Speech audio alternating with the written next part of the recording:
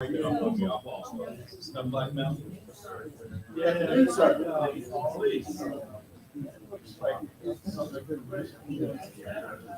that's better.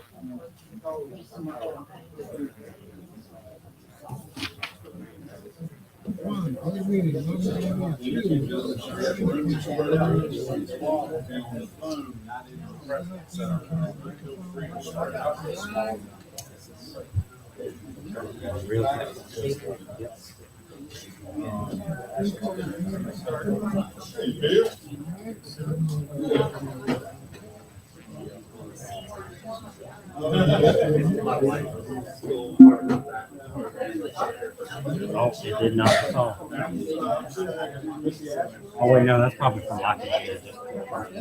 This conference will now be recorded.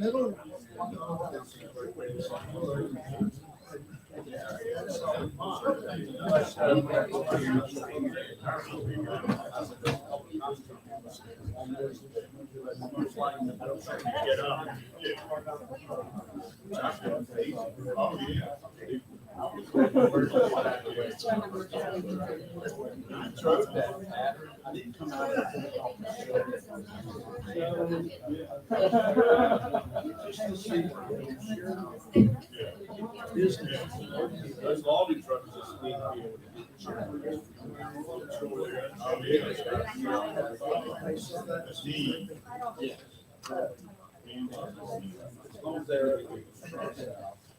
Did y'all talk to Clay about getting on the? Say? Did y'all talk to Clay about getting on? Yeah, I spoke to Mike. Okay, Mike. Okay, good. I'll send you the link unless you've already done it. This Clay should be all in, but be ready.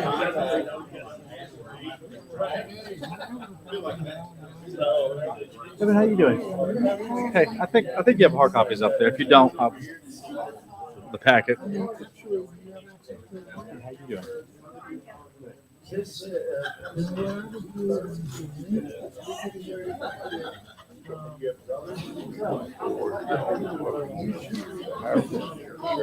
Yeah. We can do whatever. Yeah. I'll just kind of sit here and Yeah, let me make sure.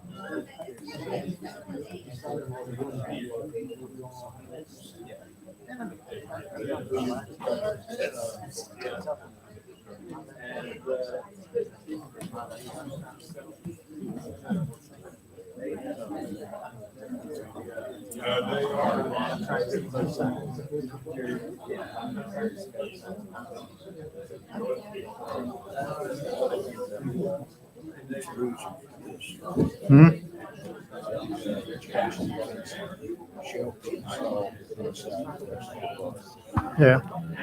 Who's that?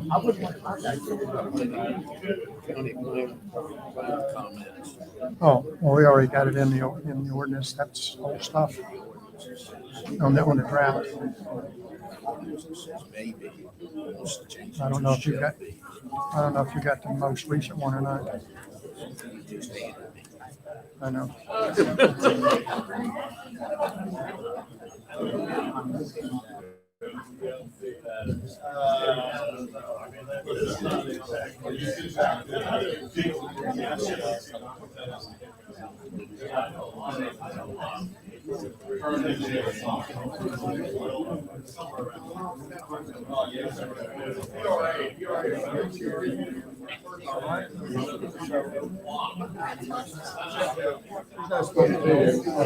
I'm sorry.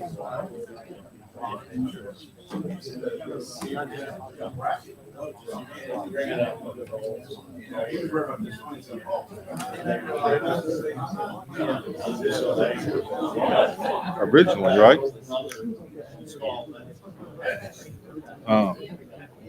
Oops. Here's the most recent. That's not the same ones I'm looking at. There's been a couple birds. Oh, wait, let me see. What does it say?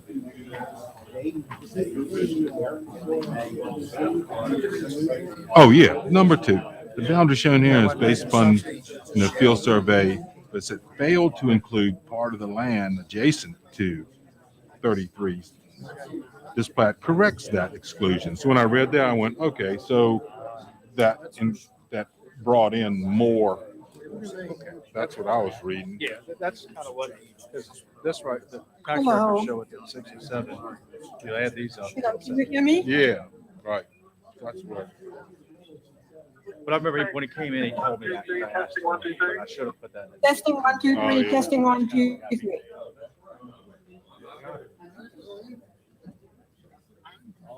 All right. Thank you. I can. Thanks. Bye.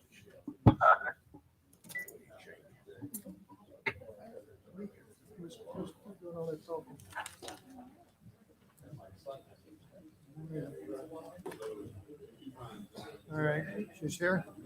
There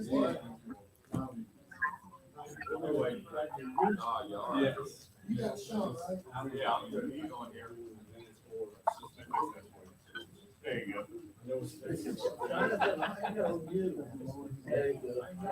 go. I don't, they've got the pop out of the toilet. Is this for me? That's why don't we put it right in the middle?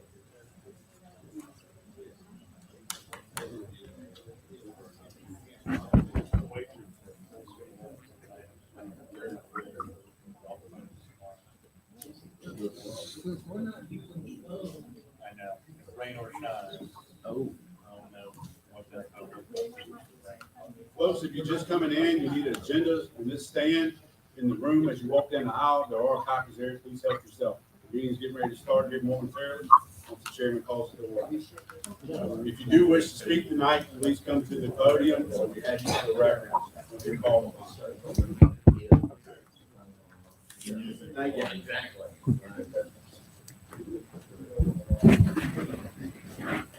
We're going to bring tonight's meeting to order. If everyone, welcome to our meeting. If everyone please stand up and do the Pledge of Allegiance, followed by a moment of silence.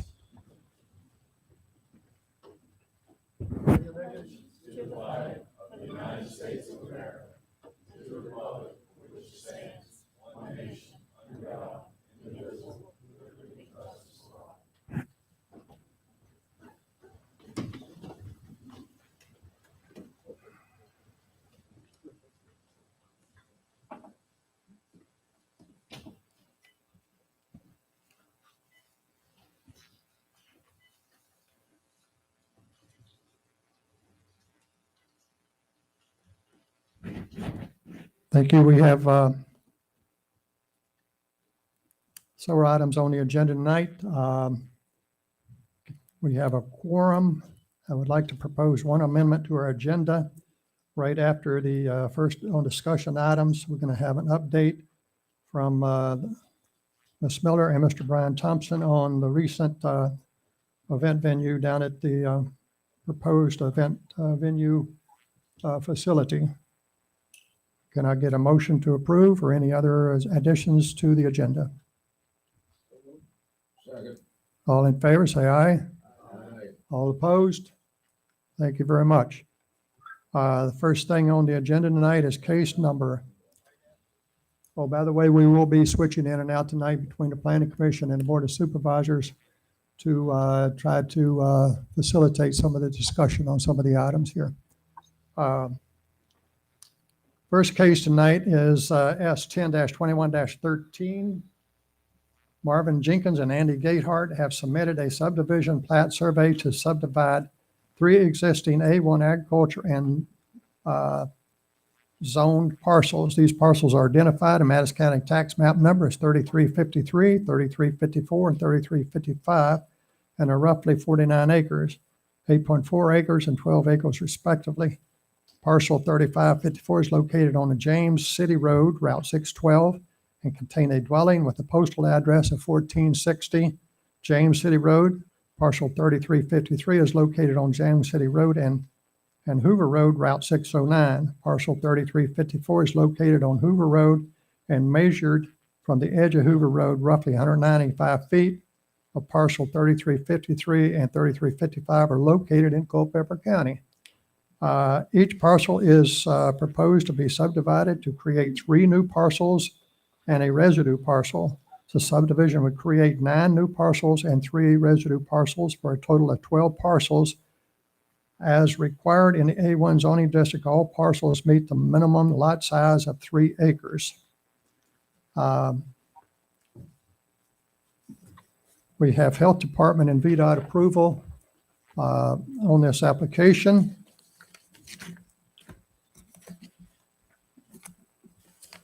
And several members of the Planning Commission had visited this proposed subdivision. Mr. Webb, do you have anything you want to add to this? Couple of small things. I think it was asked at the last meeting about when erosion settlement, but stormwater plans. Matt Ayler, our ENS administrator, pretty much it looks as if there's not pretty much. It's going to require what's, as I said in the note, the update from the last time.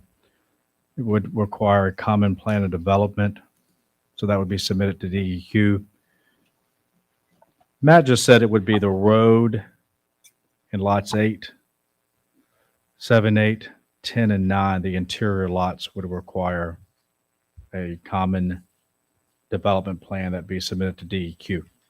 So his reading of the regulations, but we'll look DEQ. I mean, this can be voted on tonight, and if it is recorded, that can be done at a later date as far as getting the engineer plan into us and submitting that will actually be submitted to DEQ. So that would have to be done before any land disturbance where they can start constructing. Other than that, other little small thing that when Mr. Jenkins had come into the office is on parcel 3354. There's been a question was presented to me today, questioning if that subdivision of that lot, you can't do a boundary design adjustment and bring in more property and then subdivide the property. So it has to kind of be standalone. If you can create 3 or 4 lots out of a single lot, so be it. You can't do a boundary line adjustment. Our public records had that lot, and I had put 8.4 acres. So if that was the case, it would be really just 2 lots, because you wouldn't be able to you couldn't get residual in 3 more. Again, none of these parcels have been divided for, as far as I can tell, for many years. It hadn't been surveyed for a long time either, most likely.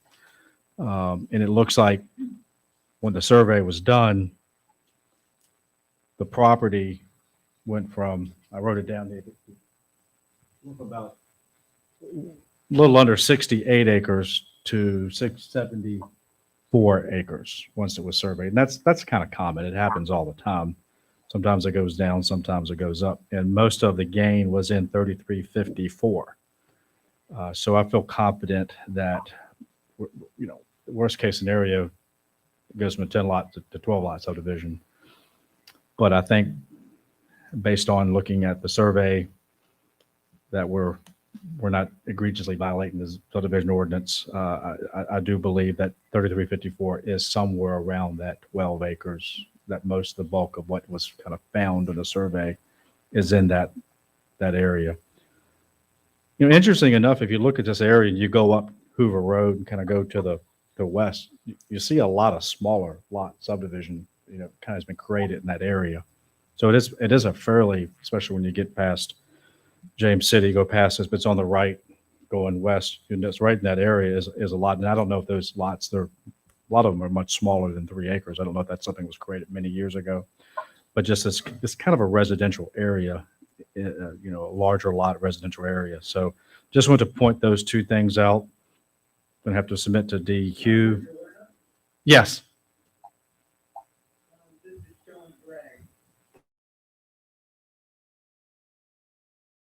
As I understand it, you were saying that the applicants are asking to be able to add additional land to subdivide. My question is, would these new lots increase the number of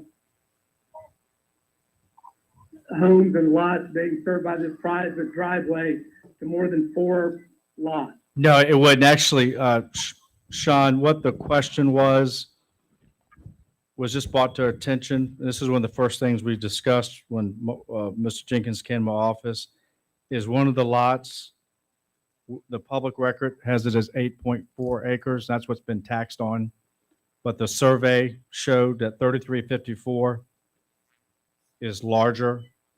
These 3 parcels, when the survey was done cumulatively, these 3 parcels are about 7-8 acres larger than what was being taxed. So, and the bulk of the gain appears to be in 3354 from the survey.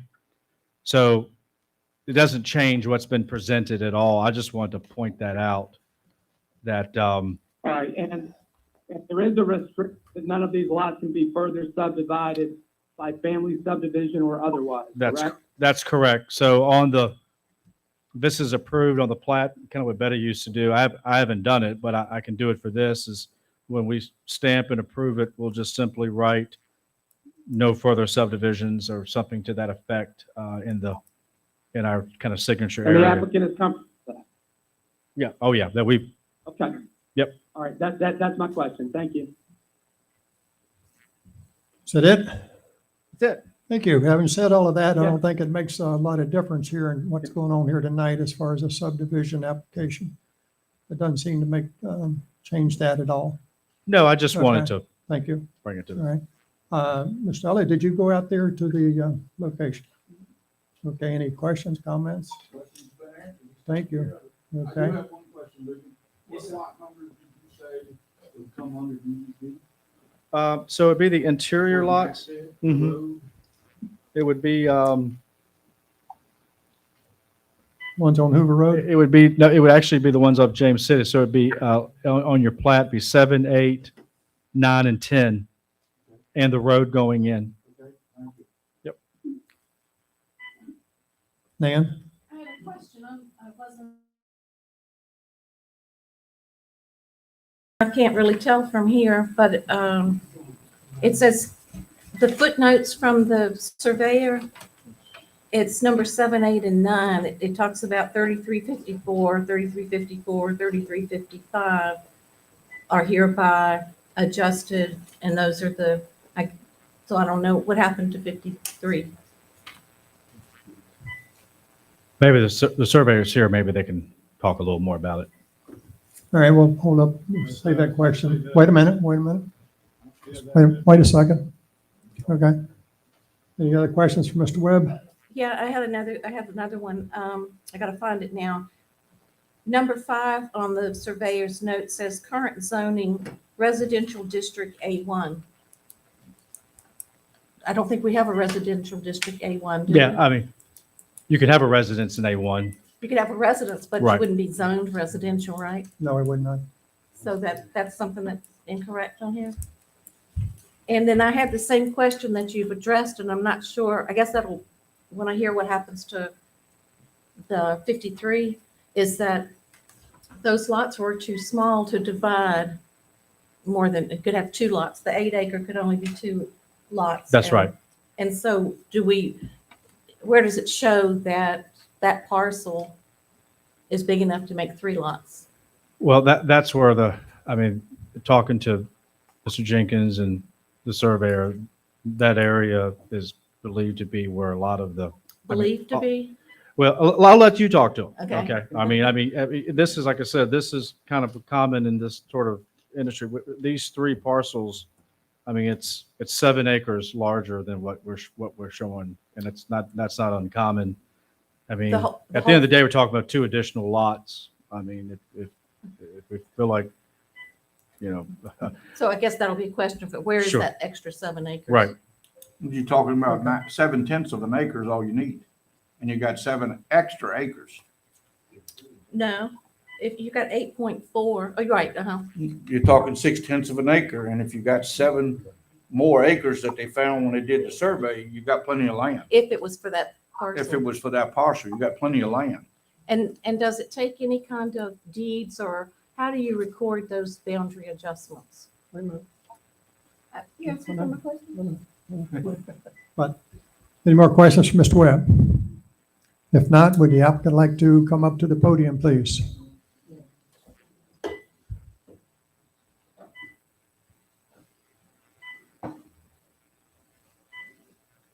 Dan Clark, I'm the surveyor. Thank you, Mr. Clark. Nan, you have a question? Okay, did you hear all my questions? Yes, I did. So basically what this boundary, this adjustment is to agree on the internal lines. Because we came up with that extra acreage. And the internal lines were never really clear in the deeds of record. They never really were described by a survey. So we just agreed on where the internal lines were between themselves. So, and so that 7 acres falls, it was 5 or 6 acres right there next to the other 8-acre piece that the tax records have. So it goes along that boundary. Can't see the tax map number. It's 53, sir. The longer narrow portion is 53. All right, well, it's that, so the little box in the front that they had as 8 acres, that is more of an L shape, ended up being an L shape going back along, I can't see that number, the adjacent property owner to that. 33, maybe. Along HC, it's back in that area, so anyway, so what this, and what we ought to say on here probably is we are agreeing on the internal track lines rather than adjusting. I think that'd probably be a better verbiage. Okay, so it's, okay, agreeing Yeah. on the, Yeah, because there's so many issues on the internal track lines that we try to figure it all out. So okay, what I'll do is and the other thing is the map that was up on the drawing had the wrong. This has been revised. There's a revised one, I think, that zoning has, does have 54, 53, and 55 listed in the notes. And then I noticed you're right about the residential district. That was a copy and paste. And it should have come out. So it should be just zoning district A1. It okay. should be. So I can get those corrected and brought in. And so what about the 7, 8, and 9 notes about, Those, I'm going to change those to being from hereby adjusted to hereby agreed upon. okay, and so is there still a 3353? Yeah, there's the 3353 is actually number 9. Okay, And this is the newer version, which has been submitted to zoning. That just seems, that's the original one that had the number 9 listed as the wrong number. okay, So, okay. Any other questions? Mr. Clark? Thank you very much. all right, thank you. Oh, there seems to be a little confusion on some of these lot widths. It doesn't seem like they fall into the problem of not being large enough to do the subdivision. So I do not think that would hold up the application myself. Mr. Carpenter and I both went out there and we looked at all this, and from what we could tell, as far as the interest of that type of stuff, we did not see any issues. So any other questions, comments from the Planning Commission? Any comments from the public on this application? If not, can I get a motion from the Planning Commission? Mr. Chairman, I'd like to make a motion that case number S-10-21-13 be recommended to the board for approval with the approval from DDQ of the road 7, 8, 9, and 10, but allow them to work on the rest of the property until that is approved. Can I get a second? Second. All in favor, say aye. Aye. Anyone opposed? Not, thank you very much. Okay. Thank you, Mr. Gayhart, Mr. Jenkins, Mr. Clark.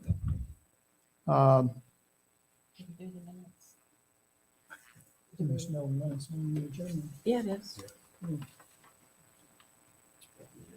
Number 3. In there. Not on my agenda. Oh.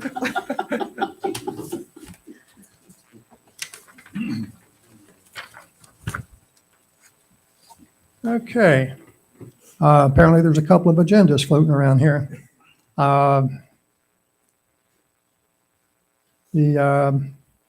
We have the minutes from our September the 1st, 2021 meeting. Is there any comments, suggested changes, anything that need to be edited? If not, can I get a motion to approve those minutes of the September 1st, 2021 meeting? Got a first? Second. All in favor, say aye. Aye. All opposed? Thank you very much. Sorry about that. Aye. Thank you, Francois. I forget you're there. Okay.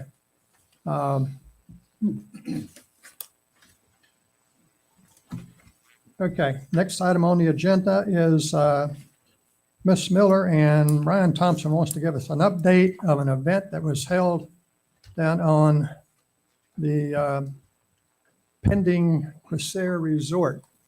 Ms. Miller, please proceed. Welcome. Hi, I'm Barbara Miller, owner of Cresseray Resort. Oops. Hope you didn't break it. It's new. I don't want to break it. Hello. Okay. Thanks for listening.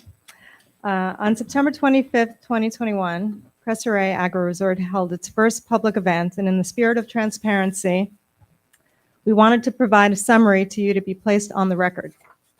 This event was a fundraiser for the 3 emergency services of Madison County, the Sheriff's Office, the Volunteer Fire Department, and the EMS. We appreciate the tremendous amount of support we received from the county, the services, Tracy Gardner from the Madison County Tourism, and many other community members in helping to make this event such a success. Mr. Mosco has some documents that I gave him, one of which is the program from the event, where you can find in detail all of the wonderful contributors. During the event, we took sound readings under the supervision of Sheriff Weaver on the perimeter of the property, as we are well aware of the noise concerns raised by some neighboring community members, and we want to ensure that our events do not create a disturbance. These readings are also with Mr. Mosco. We compared pre-event ambient decibel readings to the decibel readings while both bands played. The noise level only reached twice that of the ambient sound, which is very, very low. There's a reference guide also that Mr. Mosco has with noise level comparisons. In addition, the live music ended at 9 p.m. We also ran a silent auction offering 26 amazing items generously donated by local businesses, had a door prize of a 2-night stay in Bella Vista Guest House on Edgewood Miller Farm, and a Yeti cooler won in the VIP drawing, sponsor drawing, excuse me. The fire department ran a 50-50 raffle, and they reported to be very happy with their results. Over the course of the event, attendees enjoyed music by the Carl Stoll Power Trio and the Dundees, a self-defense demonstration by the police department, a defibrillator demonstration by EMS, and a fire extinguisher demonstration by the volunteer fire department. 4 local food trucks, a coffee stand, and an icy cart provided food and beverages. Community vendors selling and/or providing education about their locally made products also attended. All vendors asked to be included in future events, one even remarking that it was the best organized show check-in and setup they had ever experienced. The event sold beer, wine, and cider, sponsored by the Madison County Volunteer Fire Department, and Cresseray provided complimentary water. There was a bouncy house enjoyed by many happy kids, and a hayride providing tours of the farm. The only snag of the day was the last-minute cancellation by the pony ride vendor due to her truck breaking down on the way to the event. All in all, approximately 240 paid adult attendees, several complimentary emergency service people, 45 plus children who attended for free, and 27 community volunteers enjoyed the evening. Once the final donation checks are received, approximately $15,000 will be donated, split 3 ways between the emergency services, including over $600 in donations received from the vendors in attendance. In addition to the funds raised for donation, wherever possible, we hired local in a conscious effort to support Madison's economy. We're pleased to share the outcome of this first event with you and look forward to contributing to the community in the future. Thank you. Thank you, Ms. Miller. Mr. Clark, you have something you want to add? Yeah, this is Brian Thompson. I was the. I'm sorry. That's okay.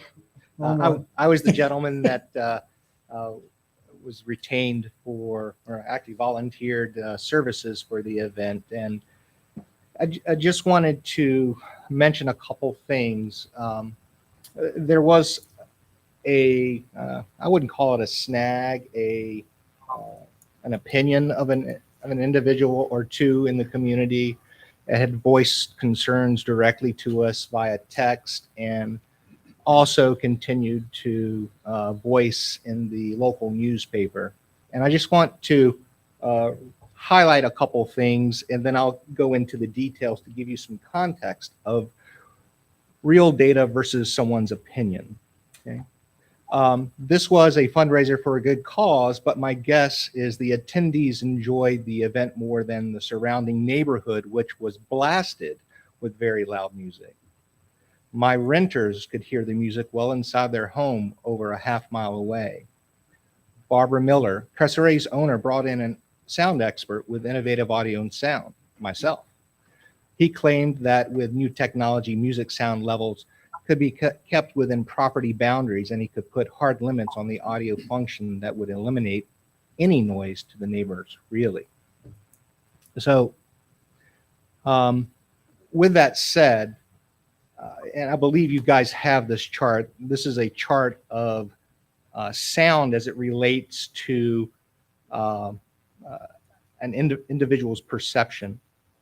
And the reference in this document is at 70 dB. And what I want to state, because I brought my sound meter in here and have been taking measurements in here as we have been discussing things, our sound level is between 54 and 63 dB, which is at a weighted A scale at a slow response. And that's the same measurement we took at Cressere for the event. That is also happens to be the same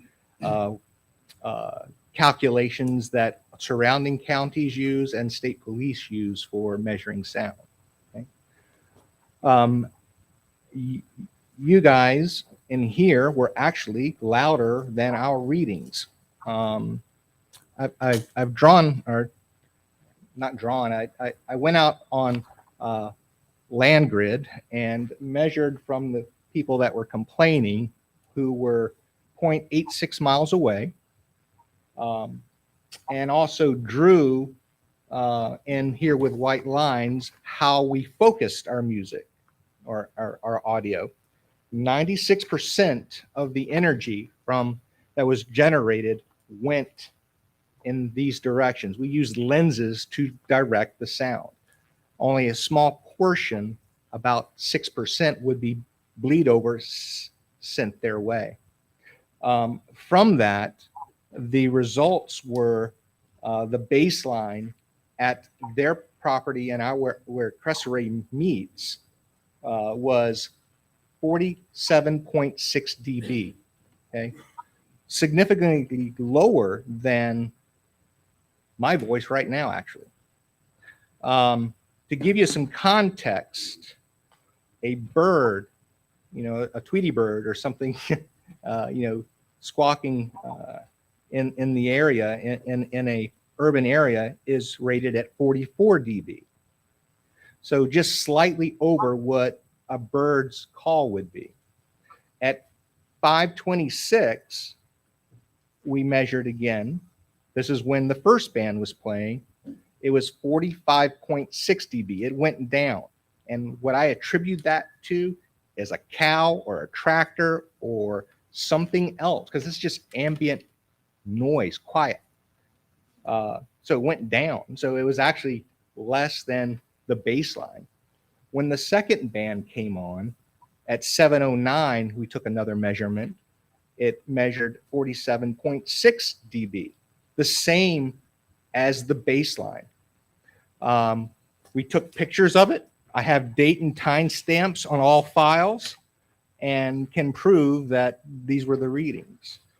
So I'd like to just put some context, because I would imagine over time, this noise issue, as prominently as it was stated back in August, and as prominently as it was stated to us and now circulating in the newspaper, quite frankly, it's a lot of hogwash. So people perceive sound differently. You know, if somebody can provide data to me that says differently, I would like to have that conversation with them. But I believe we have acted in a reasonable and fair manner to the community, and it was an excellent event and served the community. That's it. Thank you, Mr. Thompson. Any questions, Mr. Thompson, from the Planning Commission? Thank you very much. Yep. Thank you, Ms. Miller. Have a great day. Mr. Trigler, you have a comment? I was at the event. I wear hearing aids, and I didn't have to turn my hearing aids down. Noise was minimal. Thank you.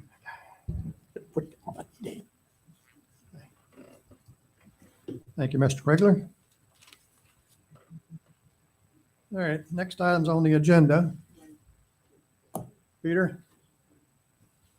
I think Barbara knows that this issue of noise is a very important issue for the community. I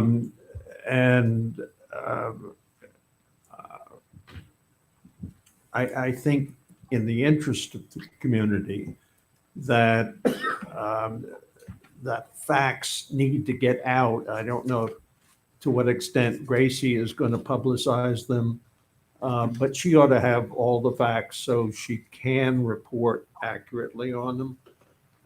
Because this is a subject, as I say, that is of great interest to the community at large. And I appreciate, I think the whole Planning Commission appreciates the fact that you're addressing these points and doing it in a responsible way and actually recording the noise, the sound levels. But the community has to know about it. Okay? Agreed. Okay. I'm sorry. Thank you. Anyone else from Planning Commission comment? If not,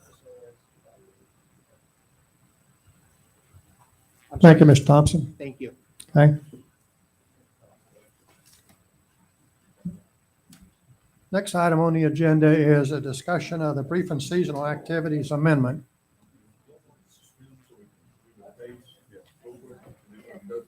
Yes, the Planning Commission is going to suspend its meeting right now so that the Board of Supervisors can come into order. Yes, sir. Remember to open with public comment. Absolutely. All right, I'd like to call the Board of Supervisors portion of this meeting to order. We do have a quorum. We are missing Ms. Hoffman this evening. We do need to adopt an agenda. Anybody have anything we need to add to this agenda? We do have a closed session this evening. Anybody? No, sir. Mr. Chairman, I move that we approve the agenda as presented. Second. Motion's made and seconded. Further discussion? Hearing none. All in favor signify by saying aye. Aye. Opposed, same sign. Case number S-10-21-13, Marvin Jenkins and Andrew Gayhart have submitted a subdivision plat survey to subdivide 3 existing A1 agricultural zone parcels. These parcels are identified on Madison County tax map as 33-53, 33-54, and 33-55, and are roughly 49 acres, 8.4 acres, and 12 acres respectively. Parcel 33-54 is located on James City Road, Route 612, and contains a dwelling with a postal address of 1460 James City Road. Parcel 3353 is located on James City Road and Hoover Road, Route 609. Parcel 3354 is located on Hoover Road and measured from the edge of Hoover Road, roughly 195 feet of parcel 3353 and 3355 are located in Culpeper County. Each parcel is proposed to be subdivided to create 3 new parcels with a residue parcel. The subdivision would create 9 new parcels and 3 residue parcels for a total of 12 parcels as required in the A1 zoning district. All parcels meet the minimum lot size of 3 acres. Ligon, you have anything else to add to this? Went over there. Yep.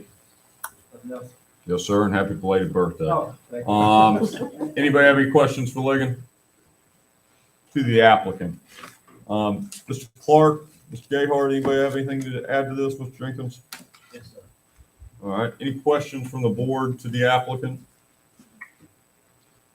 I forgot public comment, like Sean Gregg said. Now to the public. Does the public have any comment on this case? Hearing none, back to the board. All right, back to the board. Thank you all very, very much. I guess we'll turn it back over to you, Mike. Thank you, Mr. Jackson.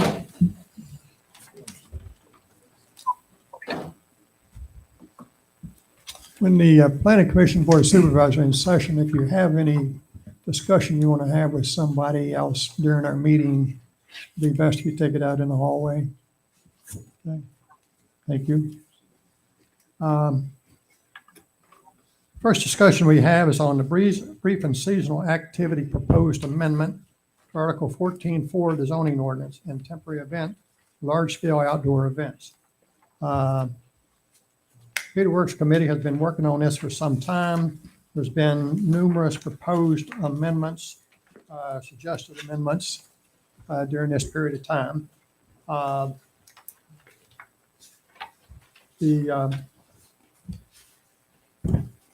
When and if we get a pretty solid draft of this, we will put it in a formal format and present that to the county administrator unless the process has been changed.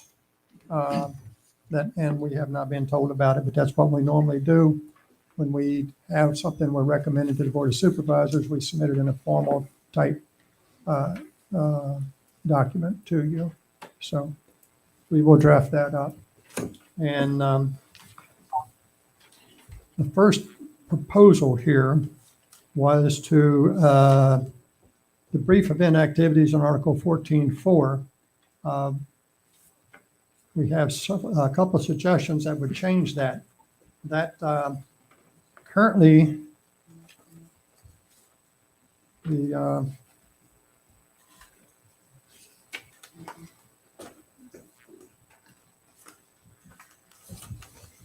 the way the ordinance reads is you can have 15 events per year, and as long as they are allowed by right or special use permit without filing any type of documentation with the county.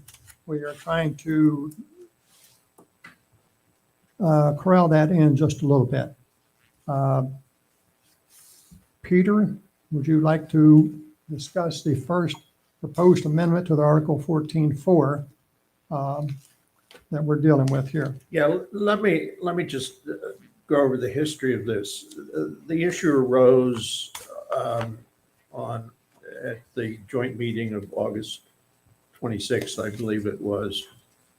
And our chairman assigned to the business committee the task of looking at this ordinance as well as another ordinance that we'll get to on a different occasion. The business committee met after the August 26th meeting. I think our initial reaction was that given the event venue ordinance, there really wasn't a need for this brief event activities ordinance. But as we came together again in a workshop, a number of questions were raised that were serious questions that had to be dealt with. Carty attended that workshop meeting, and both he and Pete Elliott raised the question about agricultural stands. I refer to it as the tomato stand issue, but it is obviously much broader than that, and it's serious. We wanted to accommodate that, and that brought us back from the precipices of just recommending a deletion of the brief activities ordinance. So we, in our next meeting of the business committee, we did draft an ordinance and have worked it substantially over time with a couple more meetings and many communications back and forth. The current version is actually not the version that's in the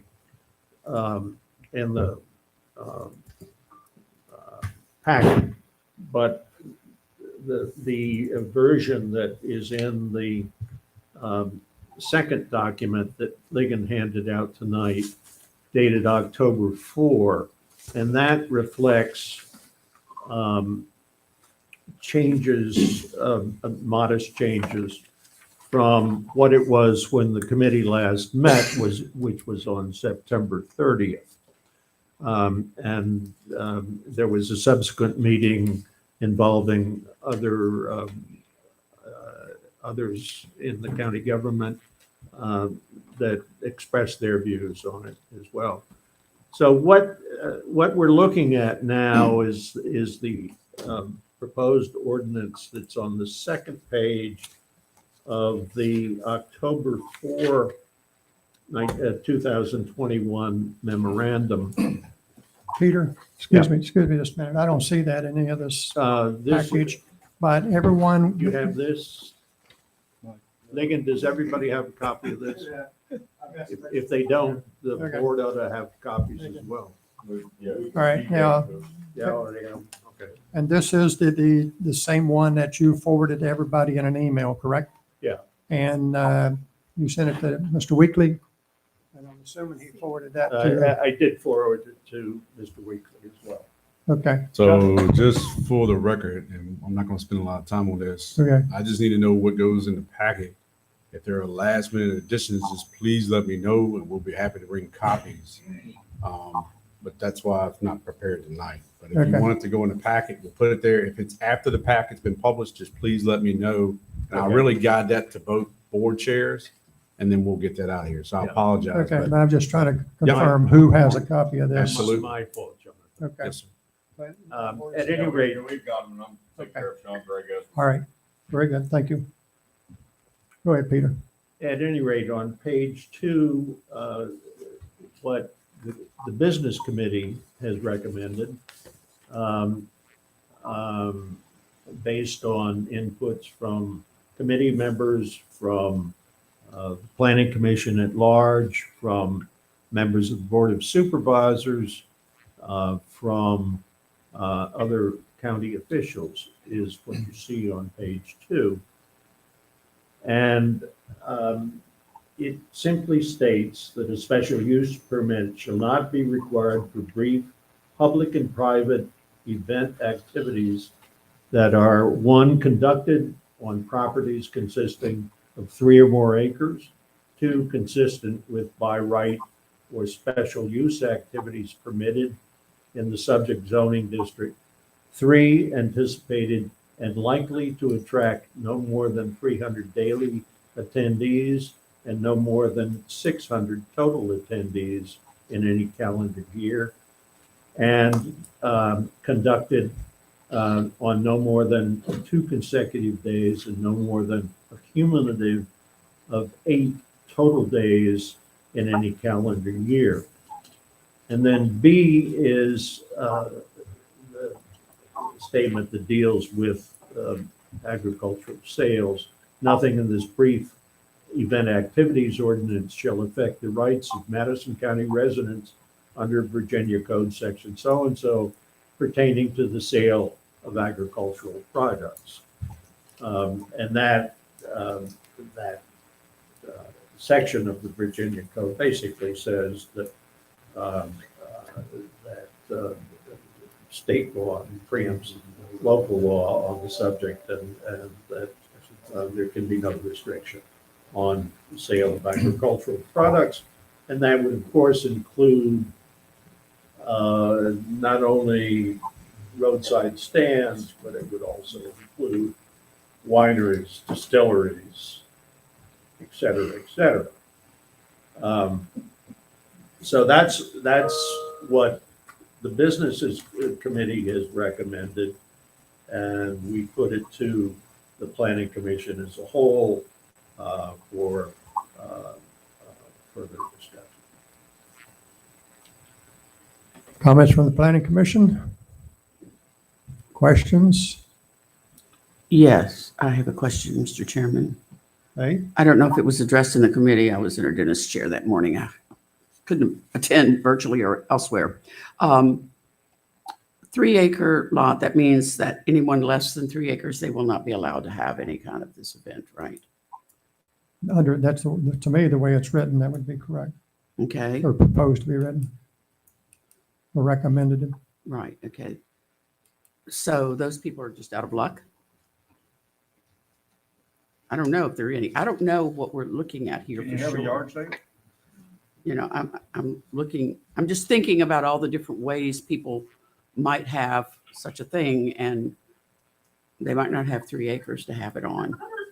So I don't know what I'm asking, except that I'm just clarifying that. Oh, sorry, I don't want to. Good question. The other thing that I did submit that I just want to know the answer to, because I don't know what it was told. Number 4, conducted on no more than 2 consecutive days and no more than a cumulative 8 total days in any calendar year. Just questioning, these things are not considered businesses. No. They're just somebody's private or public thing, event. Okay, so a business wouldn't be under these rules, No, a business be operating 365 days a year, I'm and assuming. that would be okay. I mean, we don't have any regulations Business on that. license. There is none. I'm sorry. No, there is not one. So I'm just questioning, I take that back.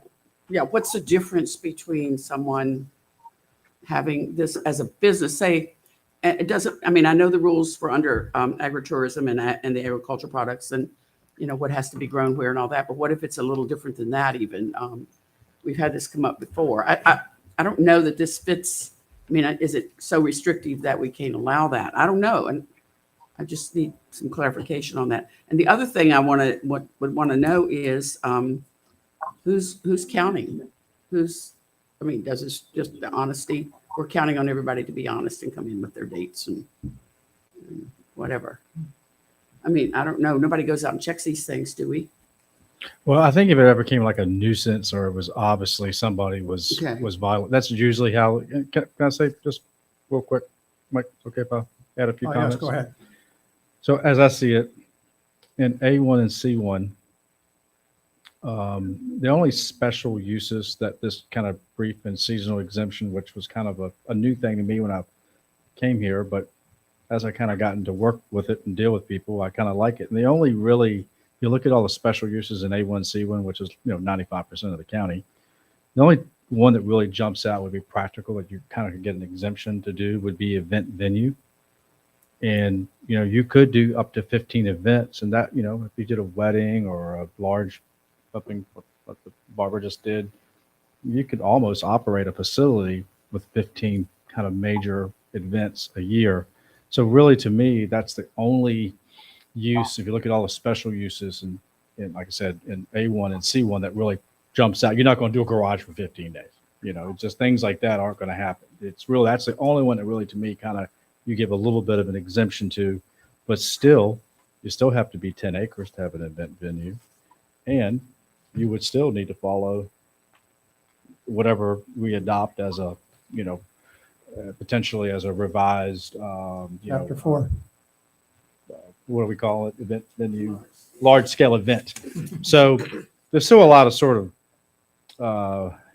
it's not a free for all, even with the the exemption, which again, I think there's probably one, I know of one person that's sort of using this as an event venue, but again, that's that person on 29. They're just kind of trying out with a few events this fall. And if they think they're going to do more, then they're going to come get a special use permit. So that's just sort of my 2 cents. The two kind of work together. I think the question to me just comes down to the number of exempt days. You know, is 15 what you want to stay with? You want to go lower? It's not 15 here though. In this Right. agreement. It says no more than 8. So The origin of the 8-day limit really is in compromise. Our initial draft, this, once we decided to recommend some form of brief events ordinance, was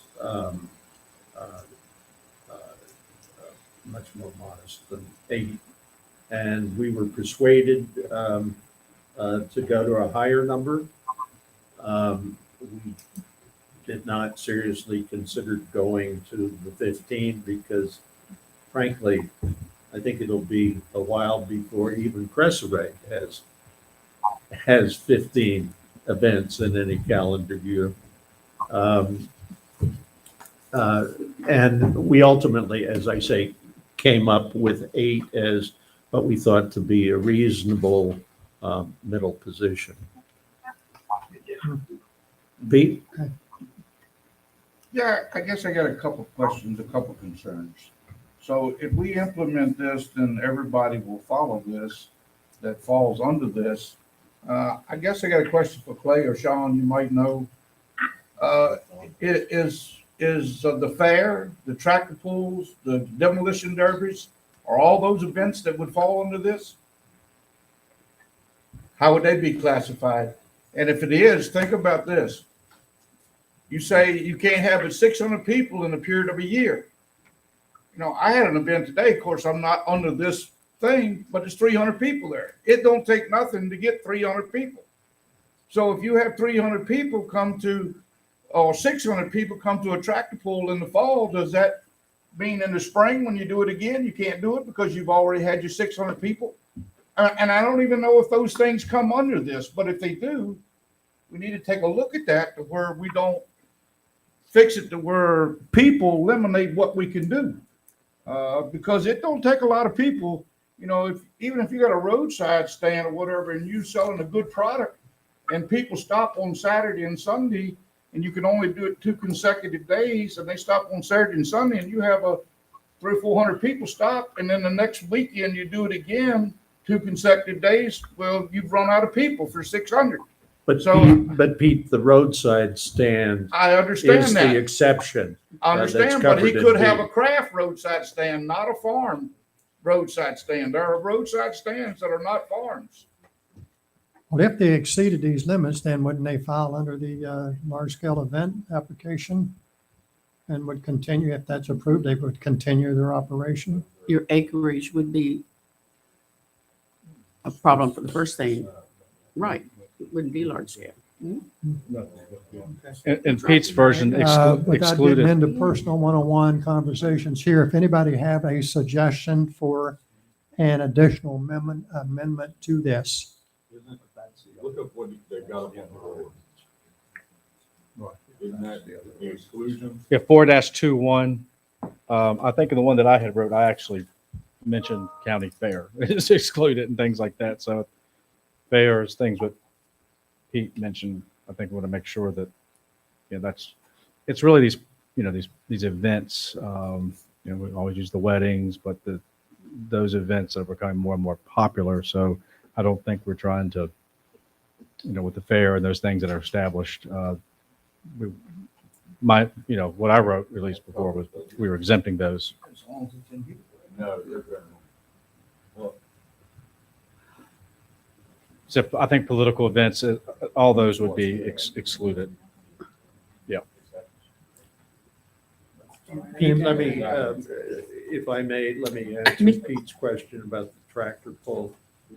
The other ordinance Pete, as you know, that we're sponsoring is an amendment to the 1978 notice and permitting ordinance. And that, our draft of that states certain exclusions, which would include your tractor pull and county fair, things like that. And so they would be excluded from that, and you could still conduct those activities.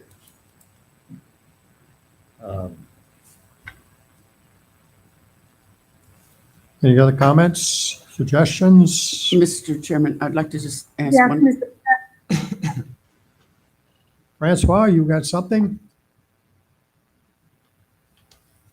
Yes, please. I have a couple of questions. My internet search abilities are limited, and I do not know what section 16.2-2288.8 parentheses 2 mean. But aside from that, I have two questions. For that B exemption, does the agricultural product need to be grown on the property where the event is happening? Peter? you wanna First answer that? question. Second question. I'm not sure I heard Francois' question, but Does not that, fully, but does I have heard Francois' issue, and in answer, Francois, to your email to me, your operation and your envisioned operation of a winery, and tasting room, music, so forth, all of that is protected under state law. You don't, you're not affected in any way by this proposed brief activities ordinance. And the bottom line is, if you are in accordance what with, about, if you are in compliance with 16.2-228.8, then you don't have an issue. If you're not, there would be an issue. So you just have to look at the definition of agritourism, or Yeah, what's but- considered agriculture, and that's it. Mr. Chairman, with respect, I don't have access to section 16.2, blah, blah, blah. So can somebody provide it? If you can pull it up And, on the, my second I'll send question, you a does it- copy. and you can pull it up on the internet. Can, State code. Okay, I've tried. all right. Any other comments, suggestions from planning commission? And then my second, Go ahead. Go ahead, Francois. my second question is, music is one thing. Does this B exemption cover weddings?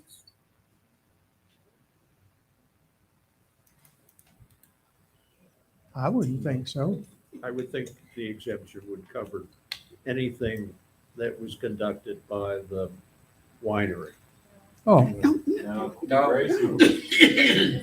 not recognize weddings as agritourism activity. It doesn't care where you do it. You could put a cow during the wedding. thank you. You're absolutely right. I have people get married with cows. It's a thing, but it's So what is the answer? Weddings is not an agriculture exempt event. That's just my personal opinion. John Gregg may have another one. Sean Gregg, you know about weddings? Weddings are not considered an agricultural use at this point. That's been defeated at the General Assembly on multiple occasions. Yes. But it's a special use and you could do it 8 times a year under this, right? I believe that's correct. And then that goes right back to the 600 people. You can have 600 people at one wedding. So you're only going allowed to have one wedding a year? If I was paying for it, yeah, I I hear you. So Pete, do you have a problem with this 600 total, or? I don't really have as much problem with the 8 days as I do the 600, because I don't think we're taking into consideration how quick a group of people can add up, and it can add up really fast, especially with a wedding event. Do you think 600 is too much or too little? Way too little. That'll be something to think about. Okay. Anybody else on the planning commission? Mr. Chairman, I have one other question for That's either fine. Mr. Work or a member of the committee. When you all were working on this, just in general with my questions that I had about the size, the acreage and the days and all of this, which seems to be very restrictive in some ways, did you all name an event that could fall under this, that would be, that could fall under this? It's logical now, not something silly, something real that people do or could do that would fall under this, that would apply to this particular ordinance. Just any, I got it. I got two of them. Okay. good. Under residential limited R1, you have wayside stand and you have rooming or boarding house as special use permits under residential R1. That wouldn't. This would allow you need a special use permit to do those, right? Under residential R1. Okay. This temporary and seasonal would allow you to do it 8 times a year without going through the special use permit to do that. And that would be very helpful when we have graduations and when we have music events and have people, place to stay, graves as people want to come here for the weekend and there's nowhere to stay. You see them? That's a I big don't make the residential connection. R1 property, though, at 3 acres Huh? plus, isn't it? I don't make the connection between this specific 4 items. They can operate in 5 days code as long as they're 8 days or less than 600 people. Right. Yeah. All right, say it again. I'm sorry. They don't need a special use permit to operate as long as they're under 8 days and beneath the current proposed 600 people threshold. Okay, so the intent of this is to be real restrictive. I would say it is, the reason for this is The restrictive, intent although is to be personally, restrictive. I don't find this a whole lot restrictive myself. but, Well, we know but- about the numbers, and I find the 3 acres possibly. I don't know. I've thought about it. I'm sure it's out there. I just haven't gotten out to it yet. Mhm. All right, these are all legitimate issues, and it would be nice if the next time Peter has a committee meeting and everybody shows up and throws in their comments and so forth. Anybody else on the planning commission? Mr. Chairman, I think we're kind of belaboring a point here. This brief activity is designed to, the way it's done now, is designed to fill some kind of a need, perhaps for a single wedding, smaller than the proposed large-scale event permit. So that if it goes over 300 people, it automatically rolls over into the large-scale event permit. Correct. If it's under 300 people and fewer days, then they Yeah. don't need to deal with it. Right. Okay. That's the All right. point. It's actually. Right, because otherwise, if you're over 300 people, you're into the large-scale event permitting requirements, regardless of whether, even if you don't have a special use permit. So Steve is right that this is a small niche that we're trying to deal with, particularly in light of Mr. Yowell's comment, Mr. Elliott's comment, that we have that we have activities in this county that we'd like to have. Roadside stands with agricultural products and so forth, wineries, distilleries, and the like. Anybody else on the planning commission? Mike, I agree with what Steve is saying about 300 people, then it would kick it into a large-scale event. Right. But at the same time, the issue I got is 8 events, and you're running out of 600 people trying to do 8 events.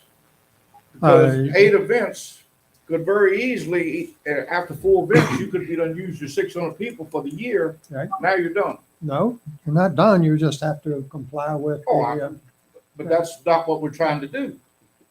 well, I thought it was what we were trying to do myself, to maintain a little bit of order in the county on some of these large outdoor events. So if you don't limit it in some way, then it becomes a hazard to the county. I thought that's what we were going for here. And that's what the chapter 4 of the large outdoor event ordinance is there to bring things within some kind of reasonable standard. So, you know, and this thing was just, for me, Article 4 was just to allow some type of small events, although this 300 daily attendees is a little large to me, but if that's what everybody wants to do, that's fine. Anybody else on the planning commission? I was on the committee and I agreed with it all, but every time I look at it, I think of something different. And so it's like trying to find the perfect definition is hard. It is. It is. Jackson? Doesn't it seem the 600 people doesn't seem to be that, it doesn't really matter. I mean, we could make the number 800 or 1,000 or whatever. The whole intent of this and honing this down is think back to the previous seasonal and brief. We figured out that it was basically a 56% of the year. People could do whatever the heck they wanted. Zoning had no application at all. What this is, I do think the 600 cap is frankly irrelevant, and probably we should do something about that one. I understand the large scale deal, but we're intending this to give some personal property rights and not just a loophole for people to work around. The 600 I'm kind of with Pete with, but the other side is the majority of operators that are holding these larger events, majority of times, they're all permitted already. They're allowed to do this whenever they want. This is more set up so that it isn't a loophole. I mean, I think the 600 is, I don't think that has really a whole lot of bearing on anything. I do think that when we start talking about large scale, different implications are needed. But this is one that doesn't really, I mean, the cap doesn't really matter, does it? Does it? Make it 299 times 8 days. It's 20, I just did the math. About 2,400 people. So, I mean, I just don't see what the 600 really has anything to do with, because as ridiculous as weddings have become, 600 is not really that outlandish. Foolish, but not outlandish. I think we should get rid of the cap, because they will have to go, if they go over that 300 threshold, they're going to have to start doing some permanent, or not permitting, but they're going to have to go through the process. It is permanent. Mr. Chairman. Wait just a minute. Clay, so you would suggest that we just totally do away with the more than 600 attendees get rid of the cap. and keep the 300 daily attendees? Yeah, I would just say, just as I see it, it's for like breweries and vineyards. This is not talking about their daily operations. This is not what we're talking about. If they were to throw a special concert and they're expecting 500 people, they would come in and work the process. Right. Okay. Faye? I want to clarify one thing. So it has to do, well, I still have my issue with the size, and I'll think of something for the next meeting when I come to it. Believe me, at least I hope I will. I'm concerned though about, well, when Mr. Jackson mentioned numbers, who's counting? I mean, how do we enforce anything like this? Nobody is counting. That's Zero right. people are counting. I mean, they're on their own to do it. Now, if it becomes an issue and the sheriff's department is called and they go out there and they find out that they're not in accordance with the regulations, then they can do something about it. Well, and I do understand that because when we were doing our parking issue for whatever we did earlier on parking, and I talked with our Sheriff Weaver, one of the things he said, you have to give us something concrete that we can go enforce, like parking along the state highway, which fit, we had to address that with the parking and not allowed to be parking. So I just, want to make sure that we have something we can enforce. And I don't think he's going to be counting people. And that would not be his job. So what would the sheriff, I'm just concerned about it. And I just want to make sure if we do something, we need to be able to enforce it, or at least have some way of keeping track of it, I guess I'd say. Well, think about that and see if you can come up with a good recommendation. So, Nan? And to get, the whole purpose was to have for public safety. We weren't Correct. trying to catch anybody doing something. It was that emergency services, the sheriff's department would know there were going to be 1,000 people coming into Madison that day. And so we don't want to stray from what our goal was. No. Peter? In response to Faye, there's so much in our ordinances, Faye, that is, as a practical matter, unenforceable with the size of the county staff that we have. But it's still important to state the rules, and most people are going to follow that. And if some people violate it, there are always neighbors to complain to the sheriff, and that's the way things work around here, right? Seems to be. All right, we got to move on. We got a couple of good suggestions and recommendations here. Oh, yeah, that sounds good. Anybody got any comments from up here? So I guess my question is, how do you think we're going to, how should we proceed? Well, I think that Peter will probably have at least one more meeting on this issue. And then we will put something together that'll be more formal. As I said earlier, we need to move this thing along. We can't spend the rest of the year on it.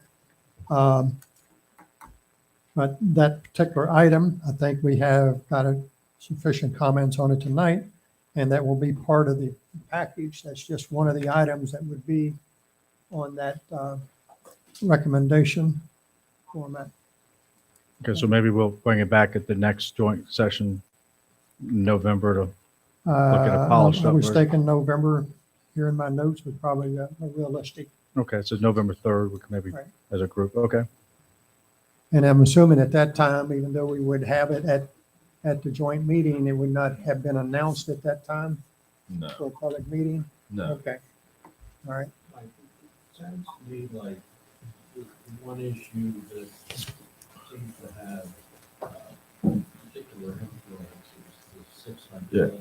Yes. I think it would be helpful to take a straw vote. I'd certainly be willing to delete the 600 limit, in the limit, and just leave the 300 days. Would you mind taking a straw vote on that?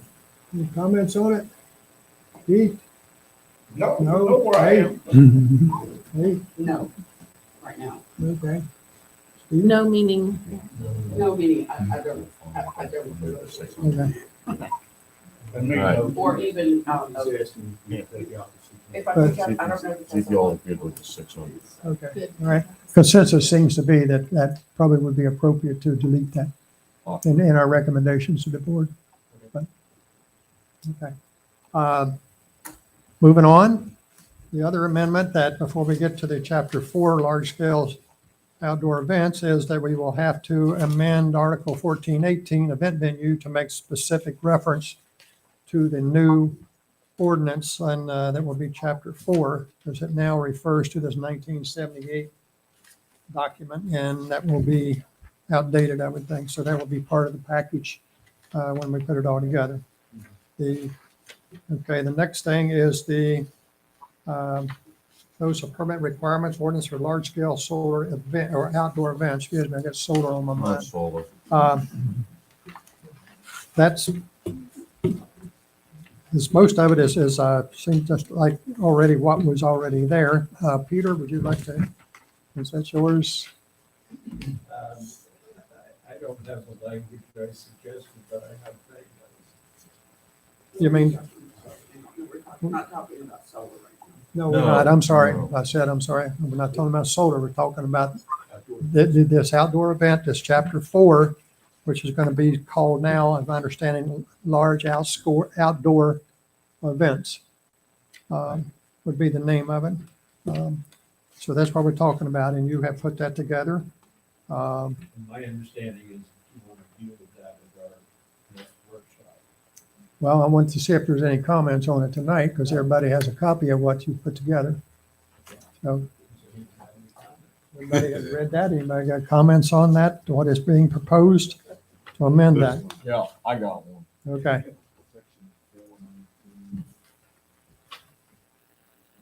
Yeah. All right. Just for the planning commission's information, the one change that we made from the time of our last meeting was that for an event expecting 750 or more daily attendees, that the zoning administrator would refer that matter to the Board of Supervisors. That's the only change we've made from prior drafts. Okay. All right. Mm-hmm.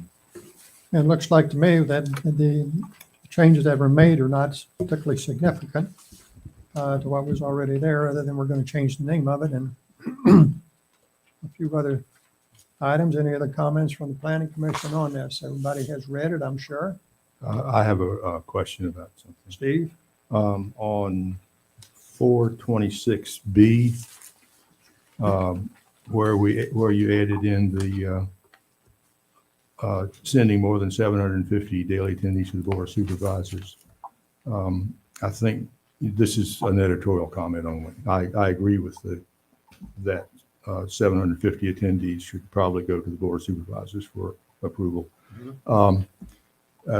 First of all, I think it would be much more effective simply to make that a standalone sentence instead of trying to tack it on to the end of the previous sentence. We could certainly Make it- do that. Yeah, I like clear and concise. in when That's I'm fine. doing it.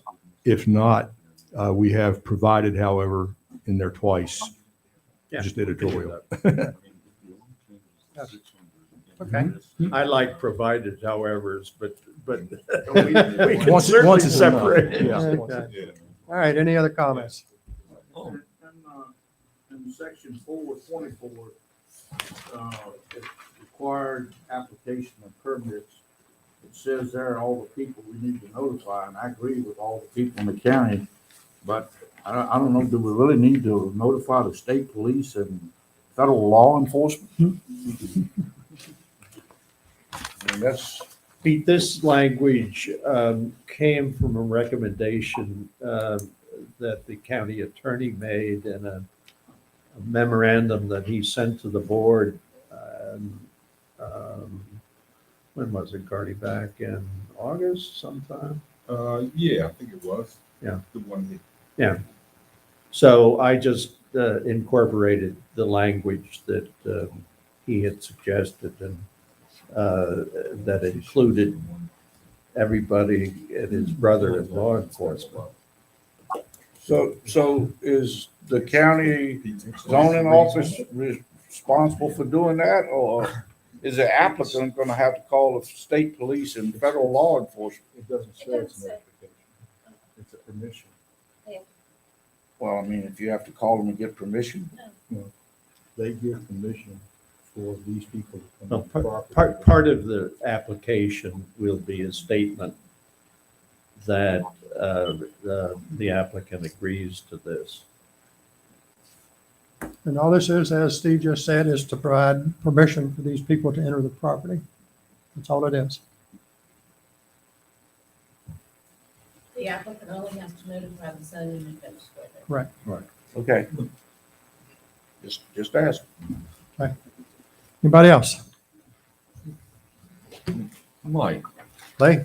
With these two minor changes, the 600 person, Mhm. and then the separation, like Mr. Carpenter was speaking about, Mhm. is there any reason why we should delay till December to go to public hearing on this? Isn't something we could get to public hearing in November? If y'all want to do that, we can do that. I don't see any significant changes here. I mean, we took the same straw poll up here. We're with you on the 600. Okay. Anybody got any issue with the change that Mr. Carpenter made? Nope.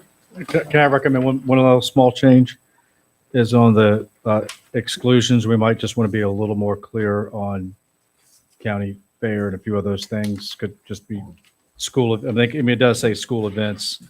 Might want to put fair and a few of those other things in there. Oh, yeah. The tractor pull is educational. That's what kind of event it is. Yep. Political It's events. different. Political events. Same thing. Yeah, I mean, if we add that, is that not something that we could get back to the planning commission at their workshop, and then potentially go to public hearing at our joint meeting in November, so we can kind of cross this one off the list? Yes. Yeah. So what date, Mr. Chairman? Oh, let me clarify. Chairman Jackson, what date is the workshop, the next workshop? We're October 6th right now. No, our 20th. No, the No, our 20th. workshop. The workshop will be on the 13th, 20th, and the next meeting, the joint meeting where I'm proposing we go to public hearing would be on the 3rd. Yes. I'm just trying to think. Can you ask Mr. Gregg how many days for the advertisements required? Mr. Gregg, 10 days. how does this advertisement work out? Do we have time to go to a public hearing in November? I can tell you it needs to be on the October 21st Thursday and October 28th Thursday for the November 3rd meeting. So I'd have to send the ad in on Friday, the 15th, so into next week. So as long as you're in agreement right now, I mean, we make a few modest changes. I could send it out, but we wouldn't be able to look at it at the workshop. Wouldn't be able to see it till October 20th. So I have to send the ad out, not this Friday, but next Friday. Okay. Question, because I need to be able to write about this. Hmm. And explain to people, under the exclusions, full-time business entities, doesn't that make it just kind of a wash for what it was originally for? Grace Mountain is a full-time business. Does that mean what, Gracie, She's a please? full-time business entity. Does that mean, Gracie, I missed your question. Does that mean what? If you exclude it from full-time business entities, doesn't that kind of mess up the point that was why it's originally being written?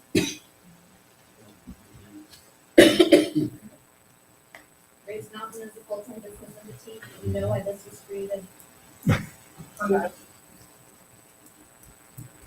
Well, we had in mind a range of. Yeah, it's a good question. I'm just asking a question before I. Yeah. Sean Gregg, you there? understand. Yes, sir. The question has come up that by Gracie. The section 4-21 states the exclusions for these permitting of large scale events. The question is that business entities are excluded, such as Graves, which is one venue that had an event like this that we're trying to make sure that public safety gets a notice from. Does that exclusion kick them out from having to get this permitting for large scale outdoor events? What was that code section again? It's 4-21. Bear with me while I go to that. He's not looking at it. It's page 3 of. I have it up right there. There you go. The provision shall not apply to large-scale outdoor events. That deals with government and educational facilities, private schools, and established full-time business entities. So somebody like Graves, yeah. They would be a full-time business entity. That's a real bummer. Good catch, Gracie. How much is it to advertise in the newspaper? Can we strike that one? As long as that's that question. Thank you, Sean Gregg. Yes, sir. But you could Good strike catch. that. Well, let me explain the origin of this. Um, We started thinking about a range of businesses, including Plow and Hearth, including Cresseret, including Graves, although I personally feel Graves ought to have a special use permit, which is also an exception. But in the case of, let's just take Barbara's Cresseret, since she's here tonight. We don't want, I don't think the county administrator wants, I don't think the board of supervisor wants her to come in with a permit application for every event that she's going to hold. That would be a cost that strikes me as unnecessary. She has in her case, she's not only a full-time business, but she also has a special use permit, which defines what she can do. It goes back to Nan's comment completely, is that the whole idea of this is safety of citizens. Right. And services rendered working that safety angle. Right. Graves, Miss Miller out here, if they have an event with 750 people and they drop it off to Ligon and he rolls it around the whole thing so everybody knows this is happening, we can provide response to this if crisis was to happen. Full-time business entities does not work in this ordinance. I mean, how could it? So we want to delete that? I mean, we could delete it, but then we have the instance of Graves, for example. Do we want Graves applying for every event that they hold out there? And their business is holding events. Yes. Maybe so. And I would be okay with doing that. That's what because Barbara's business holds a special use permit. But what do you have, one of the concerns has been the Plow and Hearth facilities on Route 29. They don't have a special use permit, as I understand it. No, aren't they grandfathered back to the previous ordinance since they were doing those activities? They were. It won't work. I mean, everybody knows the reason that we're here at this point, and it's not the fault of the Graves or the event organizer or law enforcement or anybody. It was just something that was overlooked. Yeah, and it takes about, 10 minutes. So the consensus would be to eliminate that full-time business entities, et cetera, et cetera? We can do that. Thank you very much. Yes, sir, please. Okay. So is the direction still that we can go to public hearing in November? I think so. Very good. I think so. The full-time business entities. Mr. Webb, are you tracking the desires to advertise for the November the 3rd Oh, yeah, meeting? yep, I've got everything. So, yep. Okay. I just want to make sure we'll have a little bit of change until the, and I'll send a follow-up email, just make sure we're all straight, but we'll make a deletion of the full-time business entities.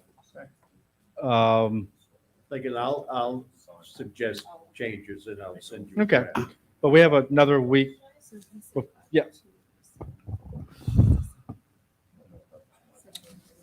Sorry, I'm just a little confused. Just maybe somebody can clarify.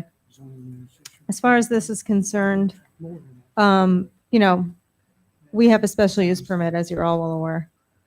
If we're having a wedding every weekend, for example, for 300 people, this is not something that we have to notify the county about. Is this for 750 people and up, or what exactly is this saying that we need to notify the county for? Or do we just follow the rules of our special use permit as it was written, and this ordinance doesn't apply to us because we have a special use permit? Yes. I mean, because, we would notify the county. if there was a large number of people. Go ahead, Sean Gregg. Mr. Chairman, the special use permit would govern over the ordinance in that case. The special use permit becomes the ordinance for the holder of the special use permit. Thank you. The special use permit is one of the exclusions also already. So Mr. Chairman Moscow, may I? Yes. So my question on this, just so as administrator side, I'd have to go back and look at Crescent special use permit. But the whole point of my concern is just making sure, like the event you just held, thank you, by the way, is, tents had to be inspected. We are notified. So there's a plan of, of awareness. So first respond, God forbid, has to be out there. So that's the purpose that I'm concerned of. So I'll have to go back and read the special use permit guidelines for Crescent in particular, but that's what we're looking for when it comes through, is that it meets those criteria, which building department inspects tents, and we go around, sheriff, are you good with the event? You understand? Yes, and all the other checkpoints. So I would think for Mr. Gregg, that would probably be applicable regardless if it's special use or not, that we have those checkpoints for tent inspections and things of that nature. For safety purposes. We could include in this provision that the excluded entities, if they're going to have a certain size event, need to inform the county administrator. Does that make sense? I don't know. It seems like to me the way this, if we're concerned about, as the article says, this article in action pursuant to section 15-2 for purposes of regulating, conducting certain large-scale outdoor events in the interest of public health, safety, and welfare. So if you're going to have a large event, it seems like to me, and sorry about my opinion here, but if you're going to have a large-scale event, the sheriff and fire department, EMS, whatever needs to be notified. And the only way they can be notified is you file the application under this ordinance. Yep. So even though you're a full-time business. I would see a difference in notification versus needing to file for a permit. We certainly want all of the emergency services to know when we're having an event and to help us. It's if ours, a special use permit, which does have, I don't remember the exact numbers, but it does have the times when we do have to come forward and file permits. And if we go over a certain number of events, we have to come in and get permission and file permits, and get permits and applications. But if we're having an event and it's just our normal course of business, and the intent of this is to notify emergency services, then that's all it should be, is that we just need to notify you. Well, if you're going to attract more than 300 or more daily attendees, is where this ordinance comes into effect. If you're not going to attract that, then it's not an issue. But right now, Daily, the way every it's- day for the year? She's large scale, so it would be 750, wouldn't be 300. No, that's just for the board approval. Well, I think she makes a good point, and it's the point I was making, that in the interest of the people of the county and the county government, the people putting on these events, that non-onerous notification requirement would make a lot of sense. Yeah, because if we have to come in and get a permit for every Yeah. single event we put on, Yeah, and that's our business. And we're not suggesting that. Yeah.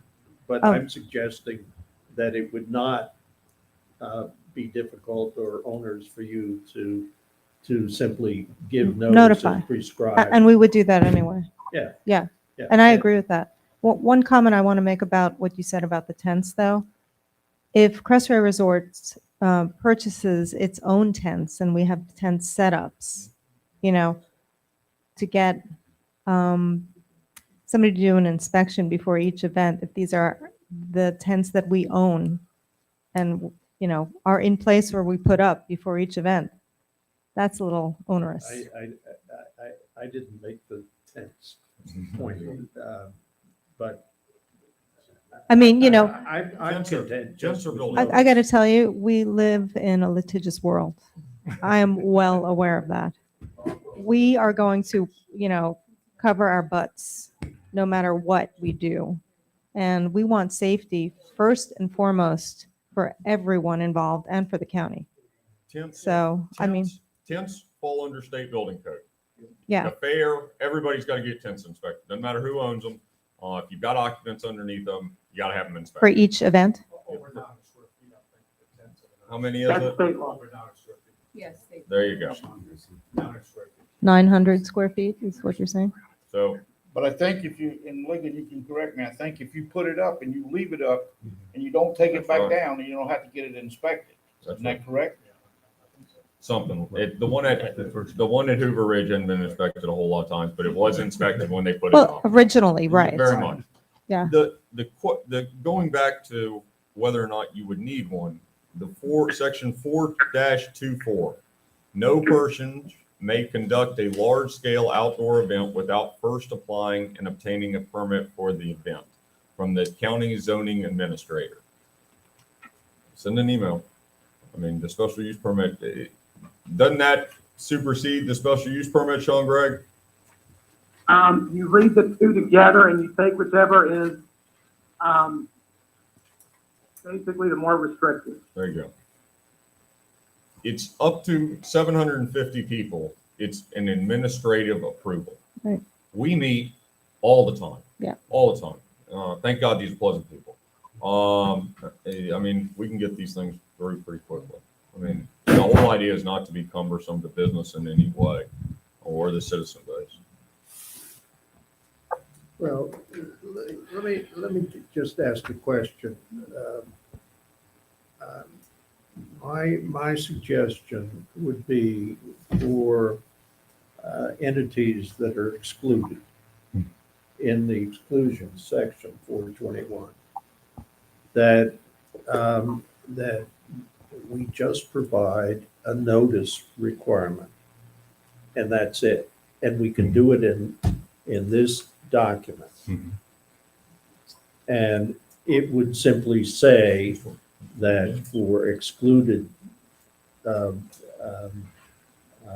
entities that qualify as large-scale outdoor, et cetera, that excluded entities will provide notice such and such, so many days in advance to the county administrator, who will then distribute it to the emergency agencies.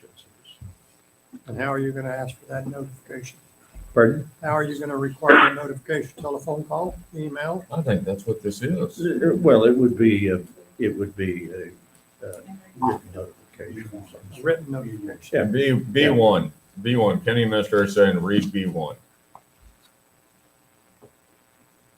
But the excluded people would not have to do that. They could just send a notice. They don't have to make the application. Right. We would need a new section in this proposed Instead of no ordinance to sentence. accomplish that, but it would be easy to do. And it seems to me to make a great deal of sense. Okay. Well, looks like December. Public hearing. I mean, can it be added in a simple way so that a notice for special use permit holders? Sean Gregg, would that be permissible? I believe so. There you go. Okay. So, but the notice format would be a form? Again? Same thing. Yeah. Okay. Yeah. Right, but just not as detailed as the existing. Yeah, it wouldn't be an application. Okay. But isn't it the same thing, just minus the 45 days? Mr. Chairman, I think it might be appropriate to defer this to December. Yep, that's right. Just a lot of questions that it's difficult to answer questions on the fly. Yes. Okay.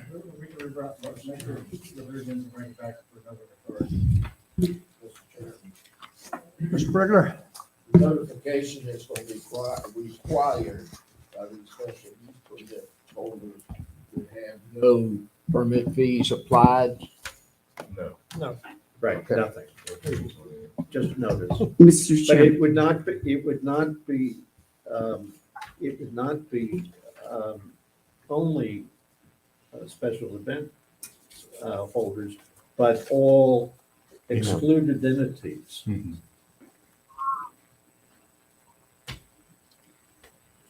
But we are, Just add that sentence in that section. but we are still going to remove business entities from it, correct? Right, right. From the exceptions.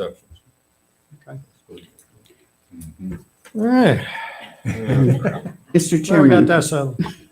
Good one. Any other comments on that article? Yes, Mr. Chairman, I have one more request. Yes, Fay. It's under the exclusions, and COVID has ruined all the plans of everything that we ever were going to do in the last 2 years for sure. But I'm speaking of our nonprofit organizations. Maybe could we possibly have, I don't know that we would ever have an event like this, but it would, if you're gonna exclude your educational, your schools, your private schools, it would be nice nonprofit organizations because we operate on a slim budget. And I don't know. I mean, I don't know now. We haven't had to think about that for a while, but there could be an event where we might want to have an event. No, there's no cost.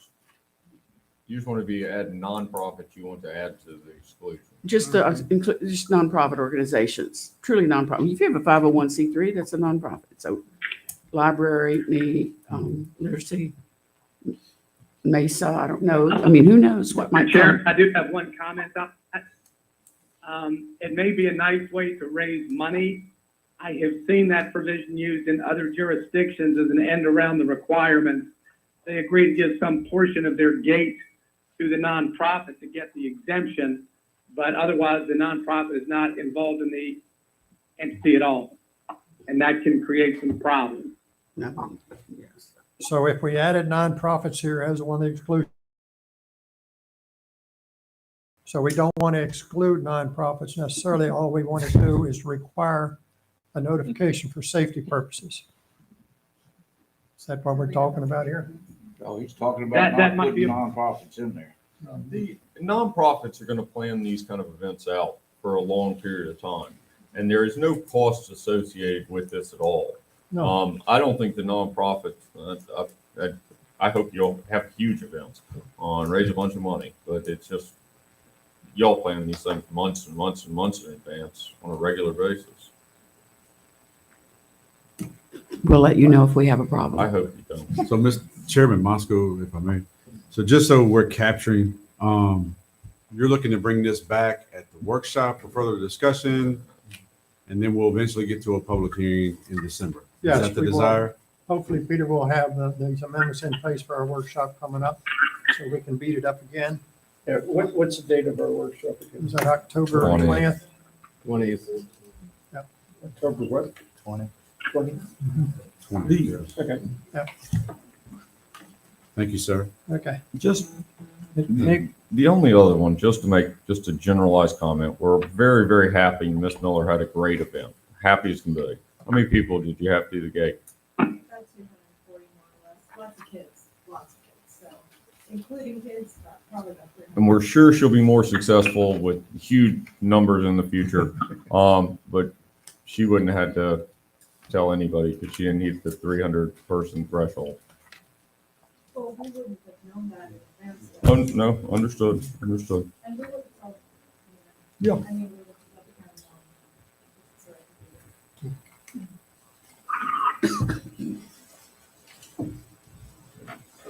Okay, any other comments on that? Now we're moving on. Oh, well, I was going to, Steve? just to slow things down a little more. Remember in section 424, we were discussing the need for some way of organizing the county forms. And the way this is written, you've put that in there. Where it says county form number such and such, dated such and such. That was a corollary to what we were trying to do with section 4 altogether. Well, do we have that under, We haven't discussed that. Just that was something we were recommended needed to be done.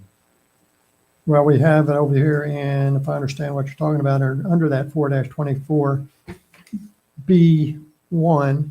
Yep. That be submitted electronically or physically to the zoning administrator to no fewer than 45 days before the desired start of the event on county form number such and such.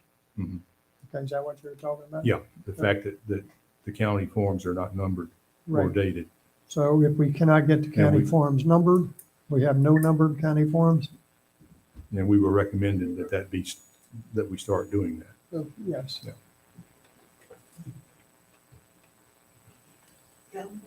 So let me Where do try you to, start? and this isn't my show, so I'm not trying to reject myself, but What's the numbering for the purpose of what? I mean, there's dates up there. Are you saying, how do we track? No, we're just looking at a form Sure. that they would fill out for their application. Either it's got to have a specific name or a form number. So kind of like a zoning case, you track it through the application, something similar. You want a number for an permit? I think we were saying maybe a little more specific than that. If we have a form identified by number and date, then it cannot arbitrarily, and it's in the ordinance, then it cannot arbitrarily be changed at some other time without having to go through an amendment process, Like if you go through, once you establish it. if you go through the court system, down every form has a little number down here that says it's DJJ form 6-10 or whatever. All right. Mr. Webb, you tracking, sir? Yeah, this is called the large scale event. I made some forms up, and we can call it large scale event. So you tell us your preference, Mr. Chair, the commission. If the example is the courts, we'll look at it. Let us know your pleasure and we'll I'll take bring it care to the of it. workshop again. Okay, but we would name, the name of the form would have to coincide with the name of the ordinance and specifically named in there. But if it had a form number and it was part of the ordinance, then as Mr. Carpenter said, it could not be changed without amending the ordinance. So Sure, that's sure. part of the thing Mr. about- Webb will get you some samples or example and you can thumbs up, thumbs down, and then we'll go from there. Okay, but, all right. Anybody else? Thank you very much. Peter, you got all of that? Yep. Okay. Okay. Next item on the agenda is potential amendment to the commercial solar energy facility ordinance. Hopefully this one will be a little bit shorter because it's really not that complicated. We have forwarded a document, a formal document with the proposed amendment on there. And I think everyone has a copy of that. If they don't, I have some extra ones here. And the bottom line is what we're doing is changing the setback requirement to 100 feet. There's been several other suggestions on this.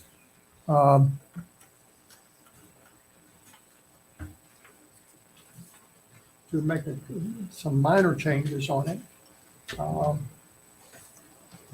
Faye, would you like to lead off on that since that's your committee?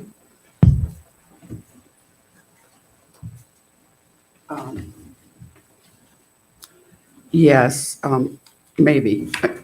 No, yes, I am. The 100 feet, changed to 100 feet from our original 300. 300, we were envisioning a much larger scale facility than what we were approached with, which was the 10 to 12 megawatts, and also the location. So the committee was in consensus about backing it up to 100 feet. But also with in the special use permit, the county could require additional buffering if they felt it was necessary. So we feel like that is going to cover that in any spots where there might be. For instance, where the proposed one, and are we prepared to say anything at this moment about that? No. It was tabled before, so that's where it is right now. Right. So it was tabled right now, That doesn't have any- Well, it does to me, a little bit. 100 feet is, I don't know. I mean, what if the next company coming in doesn't need 100 feet? We just going to make it 100 feet, We're period. not making this for any particular applicant, whatever. Well, we did. Well, we changed it based Unfortunately, we on did. Concerns, yes, but it's not for any particular applicant. And it can be increased by the county in a special use permit. I don't really have that big a problem, except that, that might be used. I'm thinking of out at Yoder's, for instance, where this would be around that particular area to meet the needs of that owner of that business who does not want it to look like an industrial, whatever. We might want to increase the setbacks some there in the special use. So, at least we have it in here. I mean, we do have it that buffering may be required in the special by the county. And the word should be under the packet that you have, the county may require. So there's a little bit of change on the wording. Instead of additional buffering may be required, it should say the county may require additional buffering in the special use permit. Well, that's what's in here. Well, That's what it is right now. Oh, okay, I don't have that one. Okay, so that one was one change. So, I mean, I don't mind leaving it 100 feet. I just want to be sure that we all know that it can be changed and it can be adjusted. Okay. So it's not a set 100 feet necessarily. And of course, we also have the streams in number 1 under that section that have to be mitigated. And that's one change. And then the number 4, the perimeter, it will be secured through use of a security fencing. And we said the county may require fencing to be installed inside the vegetative buffer. Right. So, but why would we want the vegetation inside of the fence? Well, I thought the buffer, the vegetative buffer, I think we've all talked about lelands, cypresses at this point. I mean, I would think that you put the lelands on the outside and then the chain link fence on the inside. I made a mistake. That should have been That's the intent. outside. Yeah, well, that's right, because I'm reading it from here. It should be outside. Should be changed. We're going to change that. And now it was recommended that the fencing, we were giving a little more leeway to the site as to where the fencing would be, whether you want it inside or outside. Whether you want to cover up the fencing versus cover up the panels. If it doesn't matter and the county wants it to be outside, it can be outside. I'm not going to fight that. So fencing shall be installed inside the vegetative buffer. Yeah. Fencing's inside the buffer. Yes, inside the buffer to reduce the visual impact surrounding and all that. okay. Those are the changes as of right now. So also suggestion to change the word county may in both the paragraph Right. 2 and 4 to shall. Right. And I think it's probably Sean Gregg would probably agree They with keep that. weighed in on that. Okay. I don't think it would be appropriate in section 2. May require additional buffering. The county In the shall. special use. Okay. That's an option on Right. number 2. All right, you're right. But in 4, I think. Okay. yes. And also All right. the other one, the county may require the fencing to install inside or may not. I don't think we should leave that vague like that. I agree with Mr. Jackson that the So fence place- should be inside the buffer, so it's not visible. Okay, the county may require, it, so nothing but. Placement of They fencing require- they shall be require. specified, right, and shall be inside the buffer. So you want to change that, Well, if that's what you want, and I have no problem with the way it is right now, but I don't either, because I think the special use will spell out everything. I thought that's what the point was. Right. And we give a little bit of flexibility just in case we come across something that we have to back up on. okay. In addition to changing the inside, the outside, another recommended suggestion today was in paragraph 2, which currently reads that all aspects and components of the facility shall meet the minimum setback requirement of 100 feet. The proposed recommended or suggested changes is all aspects and components of the facility shall meet a setback requirement imposed by the county, which shall be no less than 100 feet and no greater than 300 feet. We- We had that well, we didn't have exact language. We did have up to 100, subject to 100, 300 feet, but I don't know why that's even relevant because special use can take care of that too. Right. I mean, why would we put something in there that really isn't going to be applicable? Anybody else wanted to chime in on that? I Do think we it want to should go be, back to the 300 feet? I think it should be set as an expectation that that may happen and just not the minimum 100 and then maximum Well, is. That's what gets special denied, use is but- for, is to, they have the option of changing everything. So Nathan, you were saying that in no greater than 300 feet? I like the way it was written just because it set the expectation that 100 feet was the absolute minimum and it could be expected that it could be up to 300 feet, depending on site conditions. So are you suggesting that we add in the no greater than 300 feet? I liked it the way it was written. That was the last draft I had seen until this season. Setback requirement of 100 feet, period. No. With a minimum, with a maximum. Subject to a maximum of 300 feet, Right. depending on site conditions. What you just read. So That's the one I'm in favor of. So let's say like. Subject to a Nathan is- maximum of 300 feet. Like Nathan is saying, if you don't put the 300 feet in there and you leave it to where the county may decide what the distance is, and Steve comes in and he wants to do it, and the county says, well, no, we're gonna make it 600 feet. If you got 300 feet in there, you've got a number to work with. So it sounds like Pete and Nathan, what you are saying, that you should add some additional language in there to the effect of, which says, which shall be no less than 100 feet and no greater than 300 feet. Yes. And that's all right with me too. Of course, that was our original. Okay.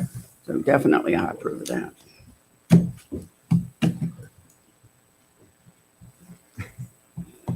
Anybody else? Before we change this? I wanted to make it 600. No, yeah, why would we limit it?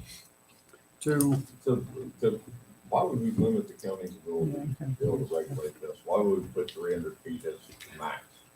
Put a minimal of 100 feet and then make the discretion of the board. Mr. Chairman, I believe that's an appropriate resolution to this.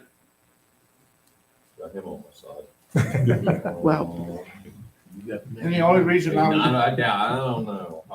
The only reason I would say not, Clay, is if I read your ordinance and I got a piece of land and I had the engineers work it out, and I say, well, 300 is the limit here, and then I come in here and all of a sudden my farm don't fit because you say 600, and that's why I said that. No, I understand that. I just think that it gives, I don't see a reason to limit this. Okay. This is an emerging marketplace. I don't think we completely acted on the basis of one case, but we kind of have. But we've appeased down to 100 feet. I think was Mr. Nicholson back here made the suggestion last time on around residential areas, and that kind of, it was a good suggestion. Which could be addressed in your special Absolutely. use. And that's the thing about, I'm thinking out of Yoder's, could be addressed. Yes. On specific spaces, you could have it. Absolutely. And it might be even needed to be more than 300. I can't think of one right now, but. So I'm okay with the 100 feet, but special use will take care of it. or greater? Well, Why, you say a minimum of 100 feet. You want to leave it at a minimum of 100 feet?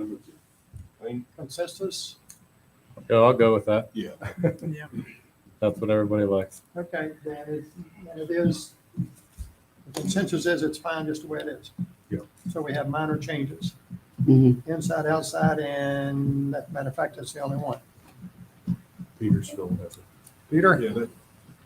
yeah, Yeah, I communicated with Fay and Mike this week and suggested some language. I do think there's an ambiguity as to whose discretion it is, and I think that can be easily cleared up. I'm at a handicap because I don't have my email to you, but Mike or Fay, would you be willing to read what I suggested? Just a moment, I'll find it. That's what I just read. That's what you suggested. I'll find it. Just a minute. Oh, That's what you suggested. Right there. I haven't seen this. Yes, Now you have. You wrote it. that's what I wrote. Yeah. Yes. All right, hey. Would you? take the formal type submission that goes to the County Board of Supervisors with all the signatures on it, make this one change at this time. Gave up. Okay. And we can get this one on the next joint meeting. Okay. Right. All right. Okay. And send that out to everybody. Don't ask for comments on it, just send it out. All right. Okay. Is that great? All right. Mr. Nichols, you got anything to say? You know it. I'd like to hear it. I was hoping you would. Good evening, everyone.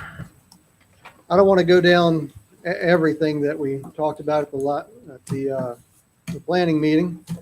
My points are predominantly the same. And I know that we've all been here for a long time, but we've waited, so I'll go through a little bit here. I do want to point out a couple things. Not all of the board members were here at the planning meeting. So as part of the comprehensive plan, the major strategy number 9 says that we are to minimize encroachment of development upon residential neighborhoods, establish communities, village, schools, parks, conservation areas when we're citing expansion. By reducing these setbacks, we are violating the very definition of this. We are encroaching on a residential district. Doesn't matter how many houses, how many parcels. The subject parcel that we're talking about, assuming that the zoning changes, will be a different district than the residential district that it's adjacent to. This is further, supported by the statement of intent of the proposed zoning change, which is the limited M1 district, that says that the district will not adversely affect any contiguous district. It's all right there. So by reducing these setbacks, we're encroaching and adversely affecting the neighboring district. So almost a third of the boundaries is adjacent to residential. You can't ignore it. And I think that as the Planning Commission has been researching this issue, they are viewing this through the lens of the applicant. The purpose of these setbacks has nothing to do with what the applicant wants to do. The purpose of these setbacks is to protect the neighbors. The purpose of the setbacks is to allow zoning to, and changes of use to flow together. So I think it's inappropriate to look at this to change it strictly from the perspective of what the applicant wants to do. I think we need to look at it from the perspective of, what the citizens and what the neighbors, what their rights are and peaceful enjoyment of their property as well. So, it goes right back to the, minimizing encroachment in the plan. All of our decisions that we make here should be made with the comprehensive plan in mind. Bear with me a second here. So one thing that we brought up at the last meeting was that if we're building these panels within 100 feet of the line and it's allowed to go, it's not just the residential district to the south. There's also large trees that line it along some of the other boundaries. Got the map here with me. You guys have the site plan. Everyone's looked at it. So there are liability concerns from the neighbors if one of these trees falls over and it falls and damages the property, the security fence, the boundary, good grief, hopefully not one of the photovoltaic panels. I have no idea what it would cost to replace one of those things if a tree on your property fell over and hit it. So with that in mind, you need an additional buffer because then you either have to cut down your trees to reduce your liability or you have to look at the place.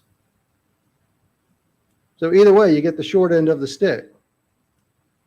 If one of these things does break, either by something on my property or something blows over there, you got creeks running through there and you have a creek along my property. There is a lot of hazardous materials in these cells. You're going to go within 100 feet of that creek down there and let the hazardous materials, and I've done a lot of reading on this thing, there's lead, arsenic, cadmium, silicon, a lot of other materials in these cells that could very easily leach into the creeks.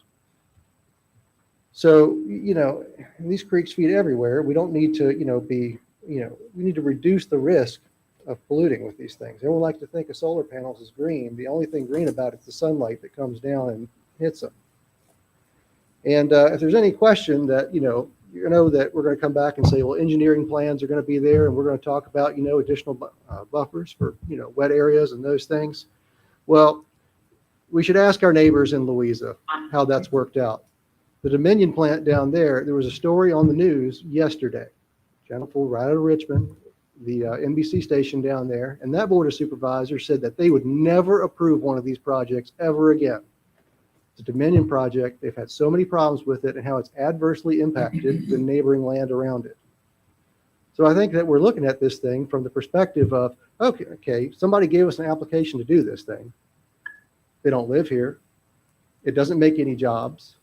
We have to look at it. The profits are going to go to a company somewhere else. It doesn't reduce our cost of electricity, and we're going to keep on bending over backwards to go and facilitate this thing. Why? Doesn't help anyone who lives here. And we keep doing it.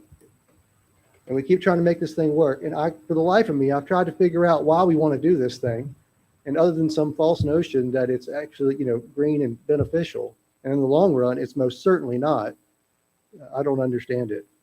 But, back to the point, let's say at hand of the setbacks, changing the setbacks goes against everything that you all decided in your comprehensive plan on what was important to us in preserving our views and our buffers and boundaries and, getting along with our neighbors.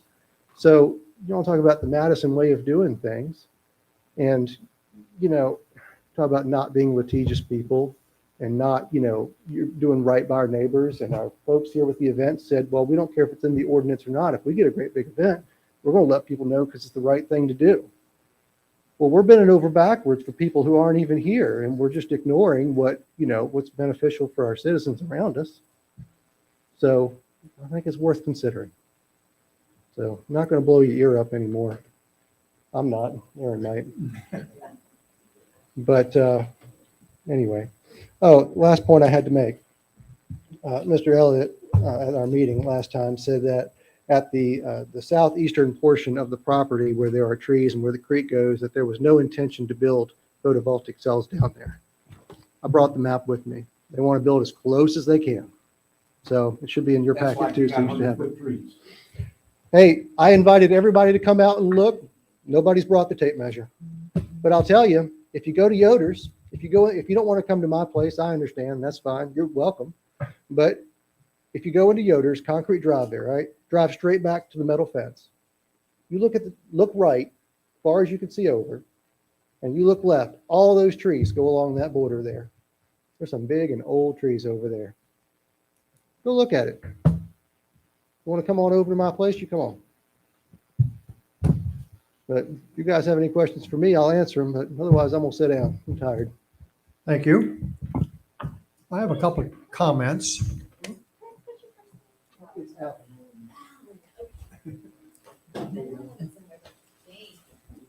As far as the 100-foot trees or whatever, the property owners right now could plant trees all over that property. And there's nothing the county could do about it. They have a right to do that presently. Okay. So they could do that right now today. Okay. If you read the ordinance and under the safety and access, paragraph 7, it talks about what can be in these panels. Okay, and it's very specific as they have to explain what they consist of safety purposes, what kind of chemicals, et cetera, et cetera. So if they came in with something that looked like it could be dangerous, then the Board of Supervisors could stop it right there. They have to explain the construction and what these panels are made up of. With all due respect, Mr. Bosco, if you're asking me questions about what they're made of, you haven't done the reading on it, and they're all made that way. Yeah.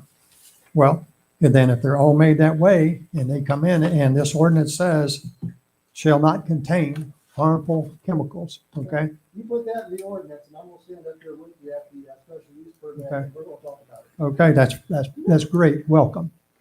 Please come if this takes place. You know I'll be here. Okay. I'm just explaining to you a couple of things here. Okay, I understand where you're coming from. All right. And the setbacks. I don't know, you were talking about Louisa County. Is that what you were talking about, where they were upset about one of the solar facilities down there? Yes, sir. Okay. When we were developing this ordinance some time ago, we went around and we talked to a lot of people. And that's how we came back with the setbacks, because these other people didn't have any setbacks. We put it in here to protect the county and residents just like you. That's why. You have a wide setback. Yeah. Now you're trying to make it a very small setback. Okay. Well, I understand where you're coming from, but some of these counties have no setbacks whatsoever. Okay. Worried about our county. Okay. Going the wrong way. All right. Thank you. Anybody else got anything to say? Mr. Elliott. I'd like to make a comment, and I'm not looking at this as proving something for one person. I'm not looking at this as approval for what they're asking for at that place. I happen to know right now that there's somewhere else right here in the county right now, and I already know that the people are gonna come ask for the 100-foot to make it work what they want to do on another spot right here in the county. And I'm looking at the whole county. I'm not looking at that one spot. Thank you. Mike? Hey. I agree. I mean, I wasn't part of the ordinance, the commercial solar ordinance. So I was kind of looking at it with fresh eyes. I know why they did everything they did. It made sense, but the reality is, and I'm not looking at this one site, but it is a perfect case study. And when they set these 300-foot setbacks in place, they were picturing something a lot larger than what Madison County is even capable of in our current electrical grid to accommodate. Is a good case study. And two, yeah, you have to protect landowners, but you have to protect landowner rights as well. And your neighbors have their land. They want to use it the way they want to use it. You want to use yours the way you want to use it. And, you know, there has to be some protection for people to use the land in a responsible manner. May I make a remark? Sure. So when we have our zoning ordinances in place, it's short. We're not talking about the rights that are in place right now, because, you know, they're asking to change the zoning to a right that does not exist now, because as it stands, that vote's tabled. So they don't have the right to do this thing unless you decide they do. And we have to consider all the changes that are going to go into place to do this, and you decide that if they have that right or not, because they don't have it now. I can't stand up here and complain for something that's right by use, or that even, you know, it's something that's right by use and already written. We want to change the rules to accommodate these people. This isn't something that's already, they have the right, it's already zoned to say, hey, I want to do this thing. And I bought the property next door knowing that it was zoned that way and well-informed to know that that was the, you know, what could happen there. Then I know the risk. Now we want to change the rules to accommodate somebody with, you know, no prior knowledge from anybody to make an informed decision. So we have to consider all the sides. So it's not just one way here. You know, it's not that, well, you know, you live there next to it and it was zoned industrial. No, it wasn't. You guys get to decide that. And that's something that I'm at the mercy of and have to make my point ahead of time. Okay. Thank you.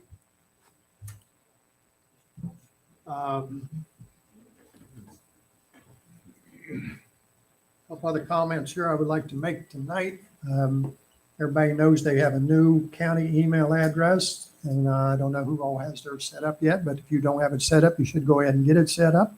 If not, we're going to run into problems down the road.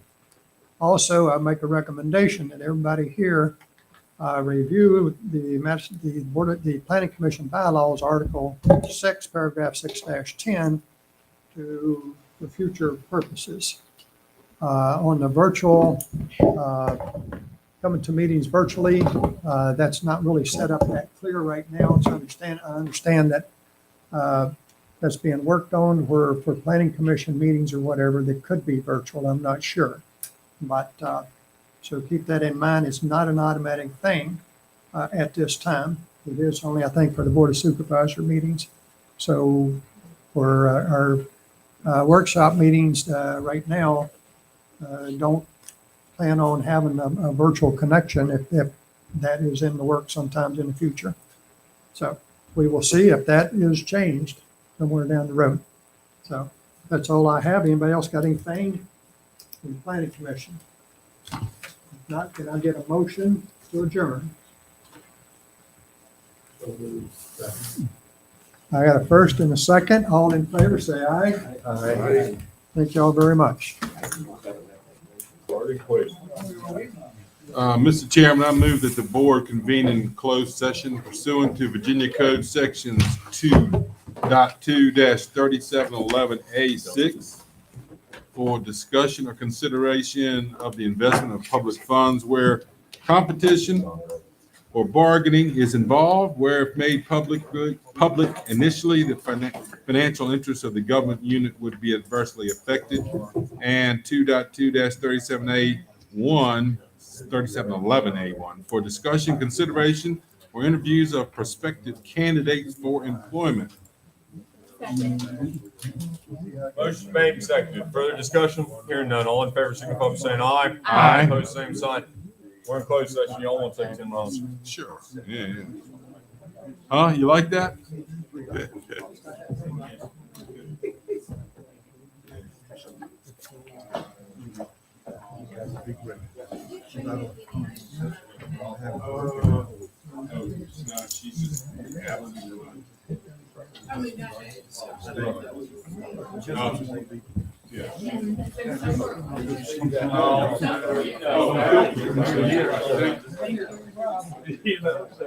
I just figured it would work better. So we'll work on that.